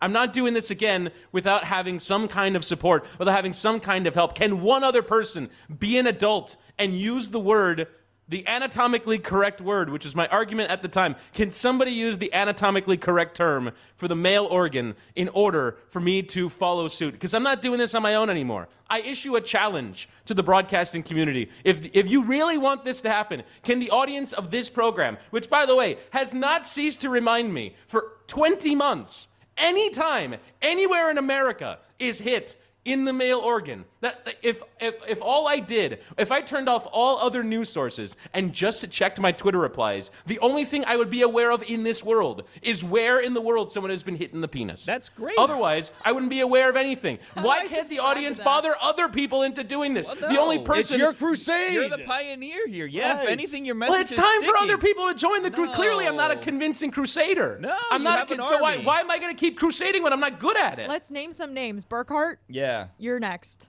Challenge them yeah, individually. Burkhart. Hashtag penis challenge. Challenge them by name. Yeah. I gotta be honest, male organ sounds dirtier to me than penis. 100%. I mean, Hog is still there, guys. Yeah, just make sure you guys tag all of these commentators on Twitter. The Chris, Yeah. Chris Hashtag Whittingham penis challenge. hashtag penis challenge. Yeah. No, Make sure stop you tag tagging Witty. me in Yeah, this. No, tag this isn't at about me Chris anymore. Whittingham, Make at sure Don't you Kevin tag me. Exactly. I'm At done Tom with Brady. this. Bob Hashtag Costas. say At penis Bob challenge. Costas. At Wolf Tag Blitzer. Big Cat from Barstool. He's the only one that's done this since. It was a heck of a penis, though, right? What, the defender for AC Milan? Yes. I have no idea. What? I have no idea. what are you doing? Go sit in the penalty box. It's so weird. Get Two out of hands. here. It's Whittingham. It's Took a it too far. strange follow. Witty, What's someone in matter the room with was you? suggesting, I don't remember who, that when this happens, you should describe the act, because you said there's, we don't have to describe what this person's going through. But there's a lot of people that don't have penises that don't know what they're going through, that it may be helpful to describe the pain that they're going through. Do you not think that information has made its way into the wider public? Poor Matteo Gabbia, by the way. I'm watching him writhing around in pain right now on the screen. Horrifying. Poor guy. But it's fairly self-evident, one would imagine. Did you feel like a coward while you were silent? Because the silence was long. Let's play this. Let's play the entire clip so that he can stew in the shame of his cowardice and he can hear how much silence there is. Disgusting. Despicable. I'm ashamed of you. I've always been proud of you. Your entire career, you've been a pillar that has made us and me proud of everything that you've done. And now look at you at your big moment, when you could have ascended even higher in the industry by being not just professional broadcaster Chris Whittingham, but controversial professional broadcaster Chris Whittingham. You declined. You took an exit ramp on pioneering, on penis earring. I decided that I wasn't, because you're right. It was a very long time. And I knew that if anybody from the audience was watching, that they would absolutely pull me up on it. But I decided in that moment, I'm done with this. I'm no longer going to continue with this pursuit. And it was a fruitless endeavor, albeit it created some content. And by the way, there's no shortage of me saying humiliating things that don't get repeated on this program every single day. You guys it seemingly play the rejoin of me saying Zaddy every single day. So there's plenty of content available. So I mean, look, I've humiliated myself plenty, and I decided in that moment, I'm done. I'm not doing this anymore until someone else joins me. Yeah, unless Joe Buck does it, and then you're good. Yes, exactly. I mean, I would settle for anyone doing any college basketball game on a weekend. There's 4 million of them available on the ESPN network of platforms. There's any number of broadcasts of any number. I'll take international ones. I've been sent the clip, I guess, of these Indian announcers describing someone getting hit by the post of a soccer match, very descriptively. I'll take anybody else doing this. Your move, and then I will rejoin. You are passing the buck, and I was hoping you would pass Joe Buck. I was hoping that in your career you would just go past him, and instead of leading, you're following. You're quitting instead of leading, and you're telling us you're quitting and will only do this as a follower, not as a leader. That's correct. I mean, that's correct. I'm a coward. And you know what? I'm okay in this particular instance with my level of cowardice. You know what? It's been, how long has it been? It was April of 2022 when I did that. I went home. I laid down in my bed in a cold sweat. I was horrified at what I had potentially done to my career. And I didn't like how I felt that day. And 22 months later, it happened again. And you know what? I decided I didn't like how that felt. I don't like being alone. I was alone. And no one was there to help me, only to mock.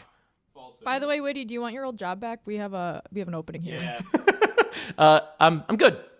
Can you take this thing, please? I'm tired of looking at it. We are all tired of looking at it. Toss in the bin, then. No one needs to to be looking at that. What's your address? Yeah, is there a garbage at the new studio? What's your address? Say your address. Let's mail it to him. Mail it to him. And say it on the air. Say your address. What's your address? What's your phone number? No, I'm not. See you later. 1011. Say hog more. Say penis challenge. Say penis challenge. Say penis challenge. Hashtag penis challenge at Bob Costas. It is time for Stugotz to share his game notes. No one in the media will tell you what happened better than my boy Stu. Weekend observations brought to you by Miller Lite. Great taste, 96 calories. Thank you, Billy. Available for delivery. I turn the mic on. Anyway, Dan, over the last 3 weeks, he's been in every time zone the United States has to offer. From Miami to Las Vegas, back to Miami, to Chicago, to South Bend, Indiana, back to Chicago, to Boulder, Colorado, and back to Florida. And Dan, just like that, make no mistake about it, I am back until Wednesday afternoon. Headed to Beantown. Big game. BC, Northwestern, game of the year. Number 1 team in the country. You BC. hopping back on a bird for Friday's show because you're on the schedule. No. Carl has my schedule. The schedule I got at 9:30 last night says that you're working on Friday. Speaking of time zones, enough. Good take. Thank you. That's because you had to drive from Chicago to South Bend and back, right? Oh, we'll get to that. Oh. Since Dan proclaimed the Nets are good, they've been awful. And their coach was fired. That's right. Dan, plus Dan praising your team, equals coach killer. A week after Rick Pitino threw his entire team under the bus, then ran them over, reversed over their body, and then ran them over again, they upset number 15 Creighton. That's how you motivate a team, Dano. Kick their ass. Yeah. You know what Pitino was doing? He was playing chess while everybody else was playing checkers. I'd tell Rick Pitino to look in a mirror, but that's a dangerous game for him.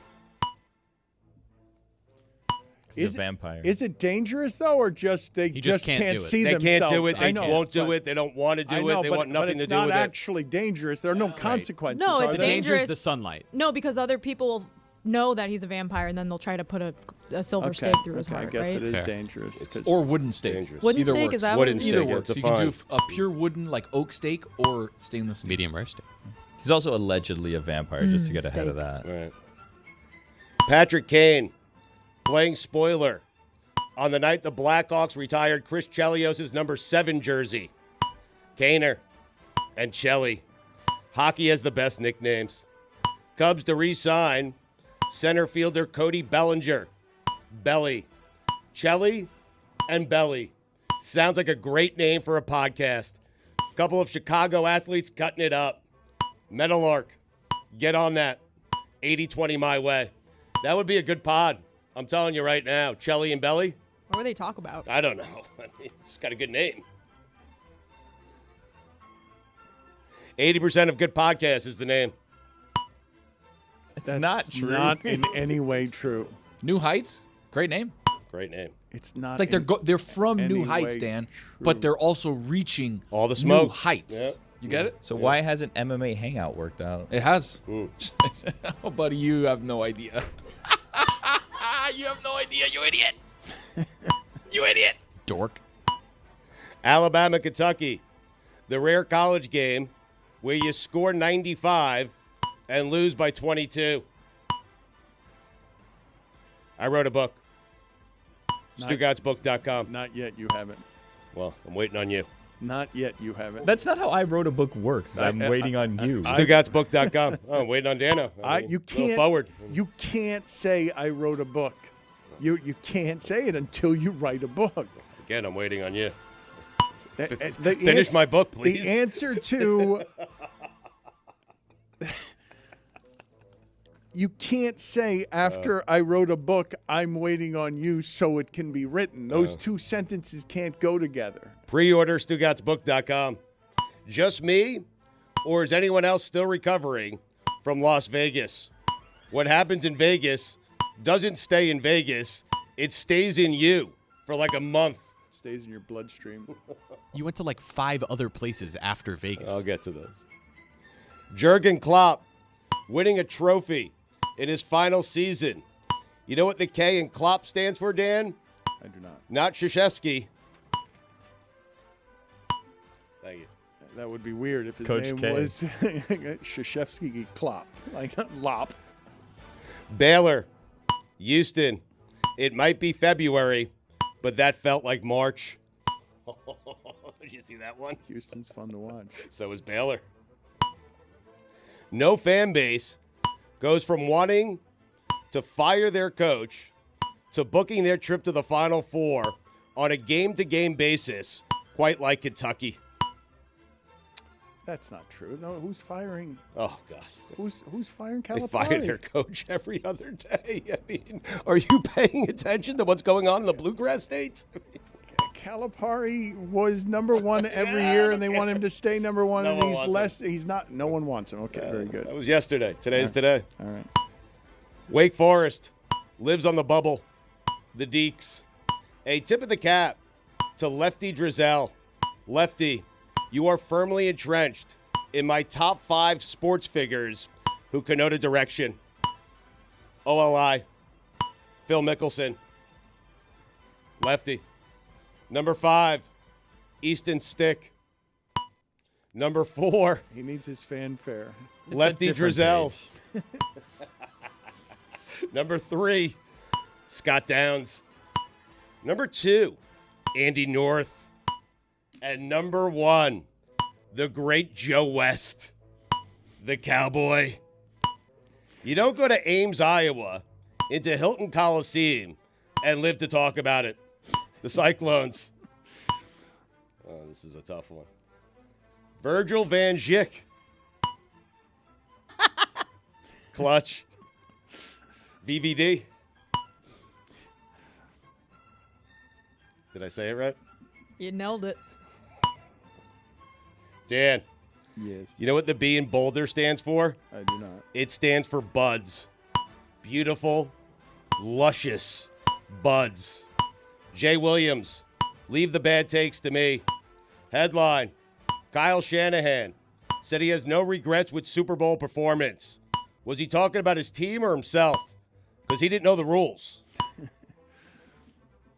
Jay Williams. If you want to steal some of my takes, the Kansas City Chiefs ones are all yours. I mean, getting out there with Caitlin Clark's not great because she stole it hasn't from won me. a championship. Is an all-time doozy. Mm-hmm. I didn't read the Shanahan article, by the way. Just saw the headline. That's why I'm asking. Someone get back to me. Dan, the C in Colorado stands for cannabis. Philadelphia fans gave Kyle Lowry a standing ovation. Dan, you know what the P in Philadelphia fans stands for? I do not. Pathetic. The L in Kyle Lowry stands for L's. Steve Kerr, 2 years, $35 million, 29 and 27, pays a lot nowadays. You know what the S in Steve Kerr stands for? I do not. It stands for ski mask. Juwan Howard, hot seat. I'm tired of Kerr. Kerr is the most overrated coach in the history of sports. I'm saying he did not construct that team. He didn't draft any of them. I am tired of Steve Kerr and his 2-year, $35 million contracts. For what? For what? I mean, he won champions. Mark Jackson's team. He stole Luke Walton's wins also. Enough.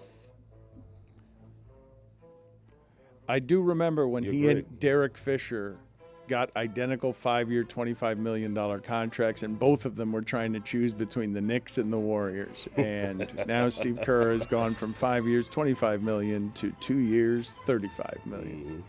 Ski mask. The Miami Hurricanes have lost 6 straight games. I see why they call him Coach L. Proud of that one. I'm stunned how bad they are this year. They're so bad at defense. Yeah. So bad. Blue blood, yeah. Mm-hmm.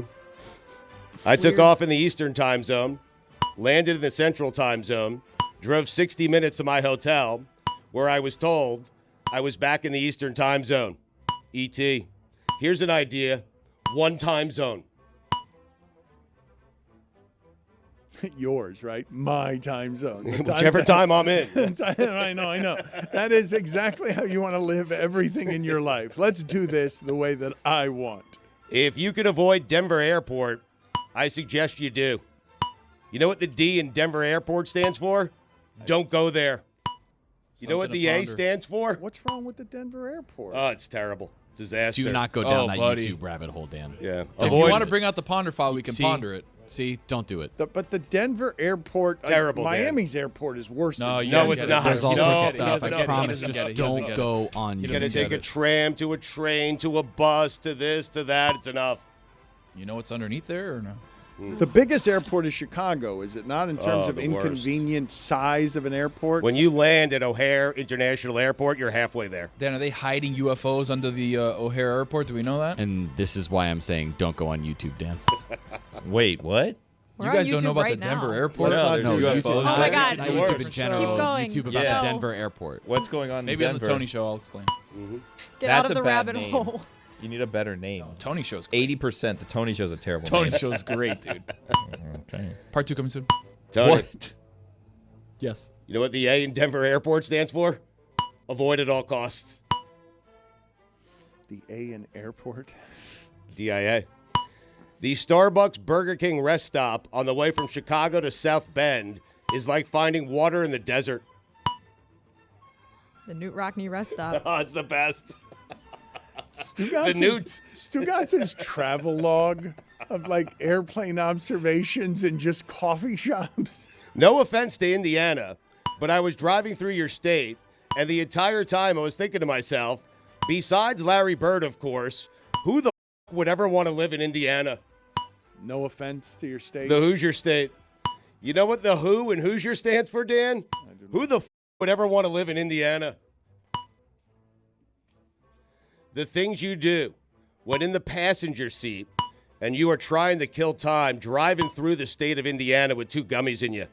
Top 5 athletes. Wait a minute. You're driving with gummies? No, I said the passenger seat. You made your wife drive? Yes. What? I had 2 gummies in me. I don't believe Did for you a think- moment that he was in the passenger Did you think seat. maybe I don't have to take gummies right now? I did not think that. You shouldn't do that. Trying to get through the state of Indiana.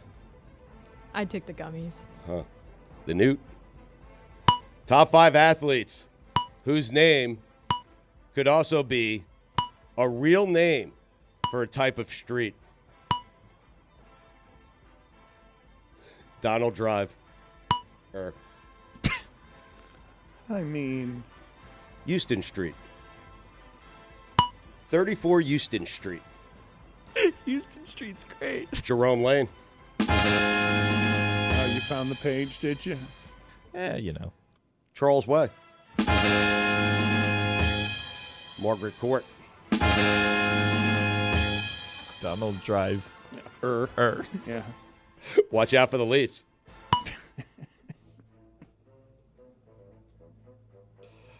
Where was it? You're at watch out. You were for at the Leafs. Margaret Court. You were parked on Margaret Court and Houston telling us Street, to yeah. watch Over to out. Houston Watch Street. out. Watch Jason out for Street. the. I say, Leafs. Dan, meet me over at 28 Charles Way. Anyway, scouting combine, free agency, draft. You could smell it in the air, Dan. My favorite season, lying season. Top 5 seasons.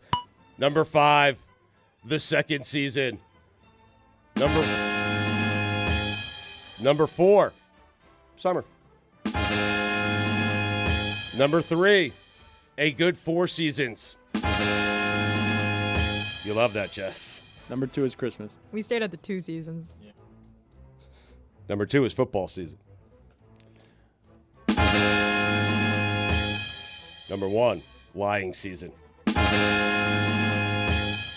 Doc Rivers telling reporters in his return to Philadelphia that Joel Embiid should have gotten the ball more in their series last season against the Celtics. That's a good idea. Maybe the head coach should have made that happen. Also, Doc, the Stugotz is strong in you. 10 points, 7 rebounds, countless screens, a bunch of picks, some elbows, a few hard fouls.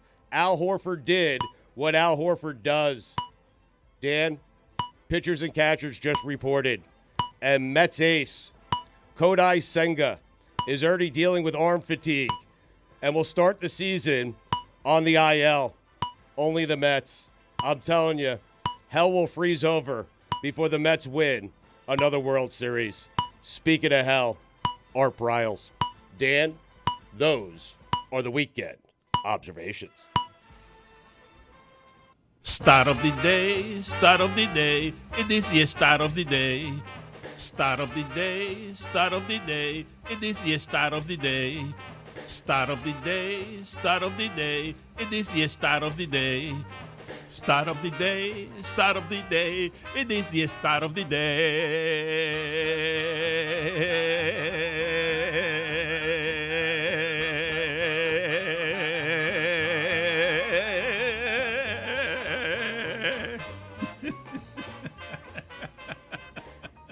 Mike Conley has not gotten a technical foul in 17 years. What? Come on. What?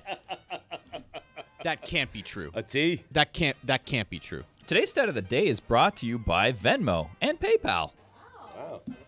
17 years Mike Conley has Come been on. playing in the NBA. You He is stumble now- into one. He is now in Minnesota, and it was being celebrated the other day. Evidently, technical fouls were being handed out, and he ran away from where they were being handed out and didn't get a technical foul. There are every day some sort of new Jokic stat makes an appearance that is asinine. He's got a triple-double against every team that he has faced. Only Westbrook and LeBron can say that. But also in the last 3 games, and last night, as people are still talking about how the Warriors are going to get in it or they're going to figure it out, they ran into that dude last night, and they're not going to figure out against that dude. Overrated coach, right? He is the second player in NBA history to have at least 80 points, 50 rebounds, and 45 assists over a 3-game span. The only other was Wilt in 1968. It's a modern day. What else can you say Chamberlain. about Jokic? What else can you say about him? I'm still more impressed by the Conley stat. Sorry. 17 years without a tech? It is. It's Nico Jovic got ejected. He's been in the league for like a year. I know it. You are talking about, and the stunning part about Jokic is nobody knew. Nobody knew he was going to be that good. Nobody had it. Never mind that good. Nobody knew he was going to be excellent. Not even the Nuggets.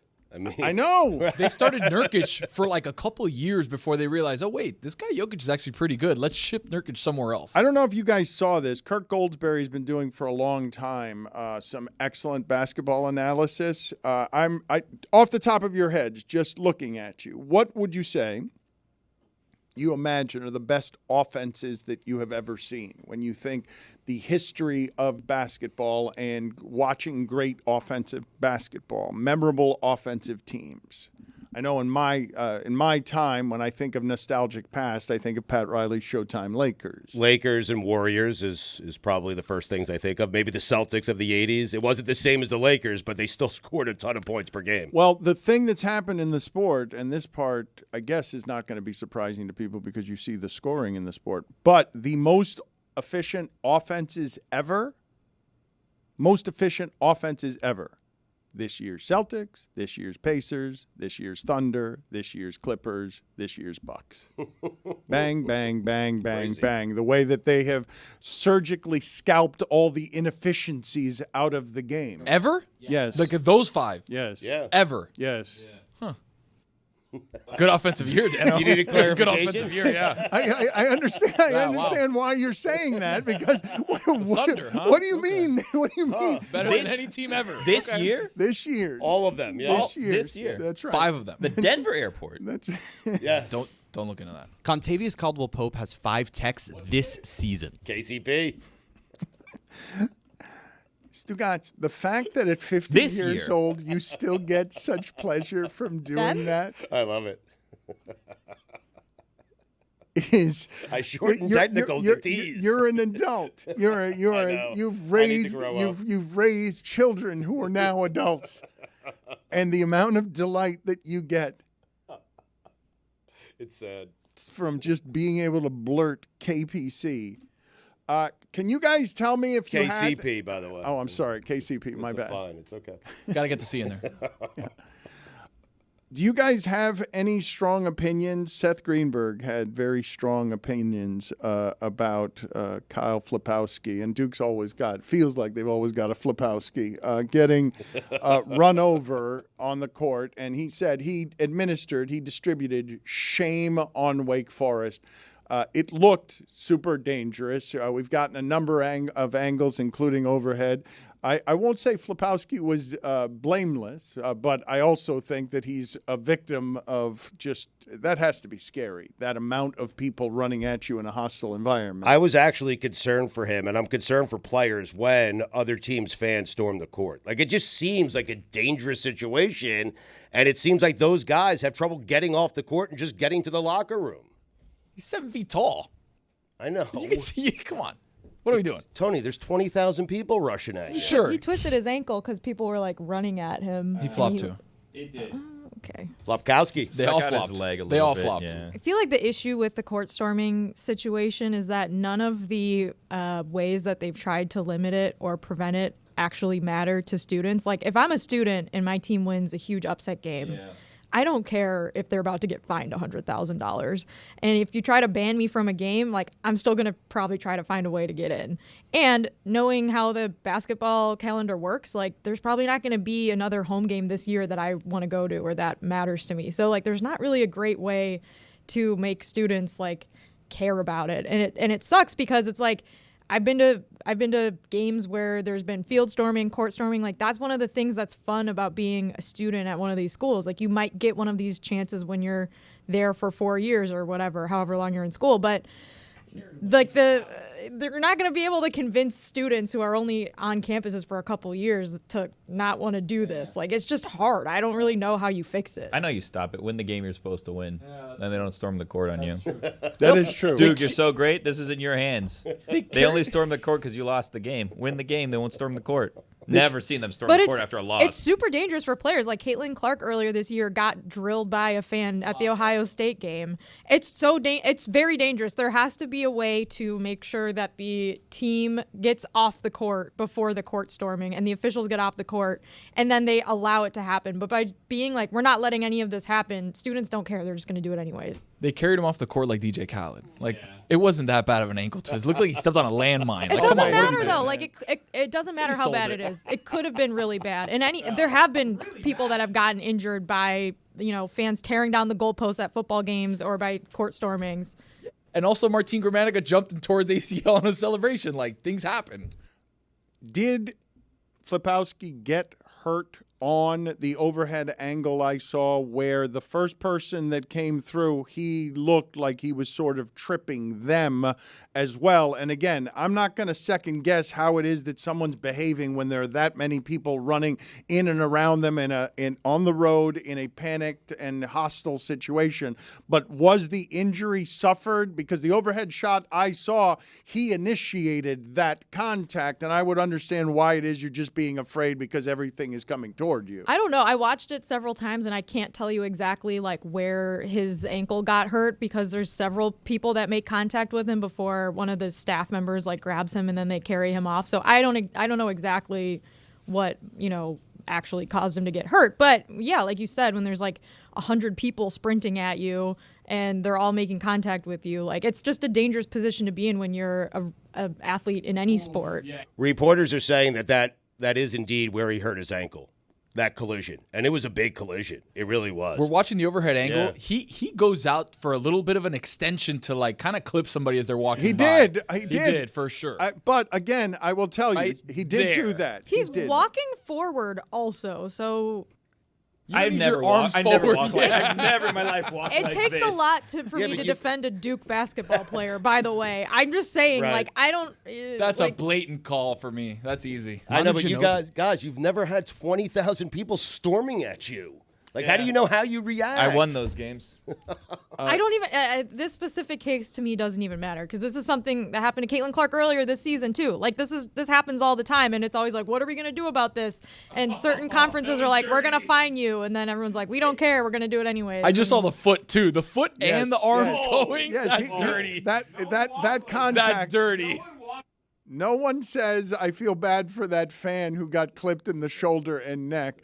Because the fans on the court where fans don't belong. So yeah, It could no be one's both like, things. oh, I feel bad for that person that willingly ran onto the court. Well, he was a little pissy baby that he lost. So he was like, you know what? I have a free shot here. This guy's not looking. Let me blindside him. And then he ran into his ankle and he hurt himself. Like, it's both things. He was kind of being a sore loser and he was trying to take a cheap shot at someone and he hurt himself in the process. He deserved it. I didn't say that. What did you I call would him, not. though? But what did you call him? Flopkowski? Pissy baby? Pissy baby, maybe? Pissy I don't know. baby. Yeah, possibly. Kawhi Leonard has 5 career technical fouls. They run by you. You just got to keep going. Just run by you. Moment you stick a hand out, you're asking for one. There's a guy that pushes him in the back This is too. crazy. I'm sorry. This is crazy. Oh, okay. If it was an athlete you like, you would be freaking out about it. I would It's say the 'cause same it's a- thing. I have the no. same take no matter what. You could put any athlete there. It does not matter. When you extend Okay, your let's arms, put Bad Bunny there. that's fine. The same thing. He extended. Like when he threw the phone, I didn't think that was right. You think those are the greatest biases that Tony has in defense and zealous defense of Bad Bunny? I really do think that I mean, I'm not shocked a lot on this show, but I am surprised that where this conversation went. Pissy baby was not where I expected it, Dan. You shouldn't injure a player who's just trying to leave the court. I will make a correction. I didn't make it to Stugotz the first time, but when he doubled down and said it a second time, it wasn't 20,000 people who were storming the court. Sounds better, Dan. I know, mean, it sounds better. And there were plenty there. You don't have to exaggerate it. It looked like a herd of thundering bison. It was plenty. It just wasn't 20,000. Also, while we're on the topic, I'm glad the court storming is getting a lot of attention, although maybe it would have been better if it wasn't attention from this group, because I don't know how we're going to fix any problems if Tony's going to be like, well, you know what happens. But we do need to pay attention to how crappy the lighting is in Wake Forest Arena, because it is so hard to watch games on TV at Wake Forest. It is the worst lighting of any basketball court in the history of basketball. I have terrible. said before that Real ACC fans the know. footage that comes out of Jacksonville seems to be a little grainier than any other sports footage. I don't know if they have digital or cable communication issues that are a little antiquated. But Wake Forest also has been so crappy at some sports for a long time that I expect the lighting to be poor on any news that's coming out of Wake Forest. Speaking about things that are darker than you expect them to be, A-Rod was in the news this weekend. There was 14,000 people at that game. I mean, sorry. A-Rod is trending because, and he felt the need. When he came in here for that South Beach session, I would urge you to listen to it. I have not heard A-Rod that kind of self-aware, introspective. He has done some living and he has done some learning, and he was willing to talk about things more openly than I've ever talked with him about things. But when he came in here, he was super dark, but not as dark as he was this weekend when people were accusing him of the reverse Sammy Sosa because they just couldn't believe how tan he was. And he says he fell asleep on vacation. And I see it around his sunglasses a little bit, where the indentation. Tony, what from accusation? The tanning booth? Yeah. Whoa! From vacation. Wow. Vacation. Come on, come on. What are you doing there? You think he really? Come on, look at that guy. Whoa. Alex Rodriguez, That who guy? played in the Sun for 20 years. He's Dominican, he told us. With a hat. Okay. Yeah. With a hat. That's going to protect. Okay. You're saying he got burned he fell asleep in a tanning bed is what you're saying. That I don't think he fell asleep. I think he thought it looked good, and now he's looking for excuses. Because he got burned extra crispy. He does look good. Does he not? He always looks good. He's incapable of looking anything but good. But he looks several shades darker than any of us have ever seen him look. It looks like he's on stage for Mr. Olympia. You know, like all the bodybuilders, where they have that like brown coloring to like show their muscles. He's about to flex. It feels like he just got painted out. Give me what they get. I'm just not going to work out for, but just give me what they get, and then that way we can look good. You're not believing. You're saying it's flatly a lie, Jeremy, that he fell asleep in the sun on vacation. I mean, I don't know Alex Rodriguez to be a liar, but... Stugotz, speaking of things that were... I thought you were going to say, speaking of liars. But, yeah. What are we doing? Speaking of things that were trending over this weekend, NVIDIA, the company, had a bigger gain on Wall Street than has ever been had on a single day. It was $273 billion in a day. It would make it, I would imagine, a top 10 richest nation at that number. And the market cap is now $2 trillion for NVIDIA. It's an artificial intelligence company. AI. It is ahead of all other artificial intelligence companies. I don't know if you've seen what happened with Tyler Perry. Tyler Perry said he has stopped working on expansions of his studios because he has seen what AI can do. He no longer has to go to the Denver airport or Colorado for snow. He can just recreate it. And Fran Drescher did a typical Stugotz thing, which is say, why don't you pioneer hiring human beings? How about that? Why don't you pioneer instead of pioneer? How about that at the end of the grade? How about that? The nanny. And I'm curious what you thought of the numbers being thrown around. I am terrified of all things AI related. Clearly, it has various nefarious uses, and we have found in today's globe that we will exploit human beings in the name of profit at every turn. And what comes this way with AI seems super dangerous to me for a variety of different reasons. But NVIDIA's sort of out in front of Tesla and anything else on developing what it is that the future will look like. Here's what's bothering me about NVIDIA. I can't stand when a stock does this and everyone says, I told you so. I hate that person. I've owned the stock since this day. I've owned the stock since it was at $100. I've owned the stock. I've been telling you to buy this stock. And Jim Cramer, I'm talking to you. I watch your show all the time. You've never told me to buy that stock. And people walking around today and the last couple of days, and Tony, I know you felt this, telling me when they purchased NVIDIA, what price they got it at, shut up. You don't own it. You've never owned it. And stop telling me how much money you made off NVIDIA stock. You didn't make a cent. The N in NVIDIA stands for never owned it. You didn't own it. It's like the 86 World Series, Dan, Game 6.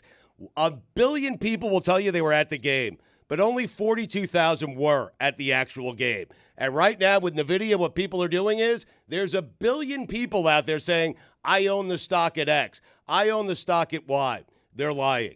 42,000 people may have owned the stock, but not 1 billion people who keep coming up to me and telling me, hey, I got in at $15. No, you didn't. Who are these people? What are you How often are you having this conversation? They're coming up to me. I'm not asking for it. Walk up to you while Talking you're stocks. having a No, he's dog right. walk? Talking stocks. Thank you. Yeah. Is this what you talk about at Northwestern lacrosse games? Because that's all you've been up to. Portfolios. the last I'm not week. naming names. I'm not saying where I heard it. I'm just saying people keep, coming up to me. Northwestern parents actually would be the demographic I'd assume would be coming They up would to own you the to talk video. about stocks.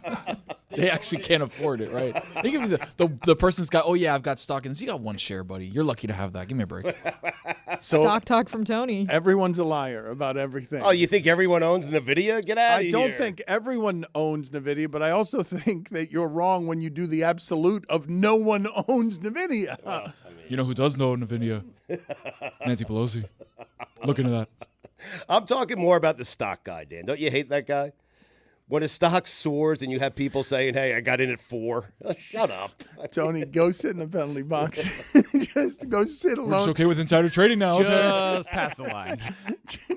Go sit in the penalty box for your just general shame. I thought the video was like a weight loss drug. I don't know what it is. And It does sound like a pharmaceutical. Yeah. Who's keeping track of Jim Cramer, by the way? Is anyone doing that? What do you mean? We keep track of all the sports takes. Who is keeping track of the financial takes? I am telling you, I watched that show, and he never told me to invest in the video. A lot of people, think a lot of people have are been criticizing holding Jim Jim Cramer. For a long time. accountable Where? for getting a lot of things wrong as the pioneering revolutionary on television who basically just does business talk with a little smidgen of entertainment, and Right. therefore he's slightly different than all of the other starch suits talking business. Jim Cramer has made a giant career for himself out of just being a little bit louder and more jazz hands about giving you business I information. know, but it's easy to say, hey, I told you 10 years ago to get in on NVIDIA after NVIDIA has the run that it's had. I don't remember him saying it. I don't recall him but saying you're it. probably not watching all the things Jim Cramer says all the time. Just Granted, because I haven't watched every you episode. occasionally Well, that's how watch you get Jim away with it, though, Cramer. Dan. That's how you say I told you about it, because no one's watching all the episodes. Get out of here. This is an insane conversation. It is. It Why? is. I don't like that person. Just accusing everyone of lying at every No, turn. the I got in on the stock early person is an annoying person. Dan, they That's all haven't I'm saying. stopped coming up to Stugotz telling Right, him. everyone. These They got in on imaginary NVIDIA. people at Northwestern games will not stop claiming It that they wasn't. got It in was- on NVIDIA it was- first. It was at Notre Dame. That's where it Well, was that at. tracks too. I noticed something the other day that I had not seen before. You tell me how uncommon you guys think it is. I've seen when sort of watching, looking for movies to watch, that on iTunes, the way that some of those movies are luring me in are, for the first time, I am seeing The Studio prominently placed on the cover of what that movie is. A24 is now something, Stugotz, and I've noticed this as the quality of entertainment has gone down because so many people are making so many different things. You need to know that in some places you can get something that you know is good. And A24 consistently makes good at a time when a lot of people are just making a lot of stuff, and not good stuff, just a lot of it. So the first time I'm seeing this, I don't know if it's new to you guys, where a studio is putting its name on the front of stuff, because when you're scanning through stuff, Stugotz, you want some help. More than word of mouth on what's good, more than Rotten Tomatoes. What's good? Give me some help. And this is the first time I've seen Hulu's offerings have gotten better post-strike. It's going to take some people some time to catch up because of everything that happened during the strike to make the good stuff again. But you're saying, and you're right, because it's confusing trying to find good content out there. There's so much of it. What do you mean by they're putting their name on the front of it? When I'm flipping through iTunes and I'm just looking at movies and how they present on First Buy, when you're doing the window shopping on stuff, I'm seeing that these movies now have that some of the A24 stuff that I might not choose otherwise, I'm clicking on it because it says A24. And so if it says A24, they have a good enough reputation where there's a pretty decent chance it's going to be good. I'm saying something that I don't know whether it's accurate or not. Maybe other studios have done this. It's the first time I've noticed that A24 is doing it and that movies are allowing it to be done. Usually it's your signature stars or however it is that you want to sell a movie because you're getting one chance at catching someone's eye. And they kind of categorize it differently. Like I know on Max, they'll have like A24, or if you like this, watch these kind of movies from this character or whatever. So like I see that all the time, and A24 is the only one that I know that has like a production house or a studio that has the movies in that category. The bigger question here, Dan, is you're using iTunes for movies? Movies are free, like everywhere, on all these apps. And you're buying them on your on iPod? iTunes? Yeah. Not all of them. The video iPod. You got Apple stock? Not everything. Video. Not everything that is in theaters is available everywhere. Not But it will be everything. eventually. I got a site for you. I was going to say, Tony knows a thing. Tony knows a guy. Talk to me offline.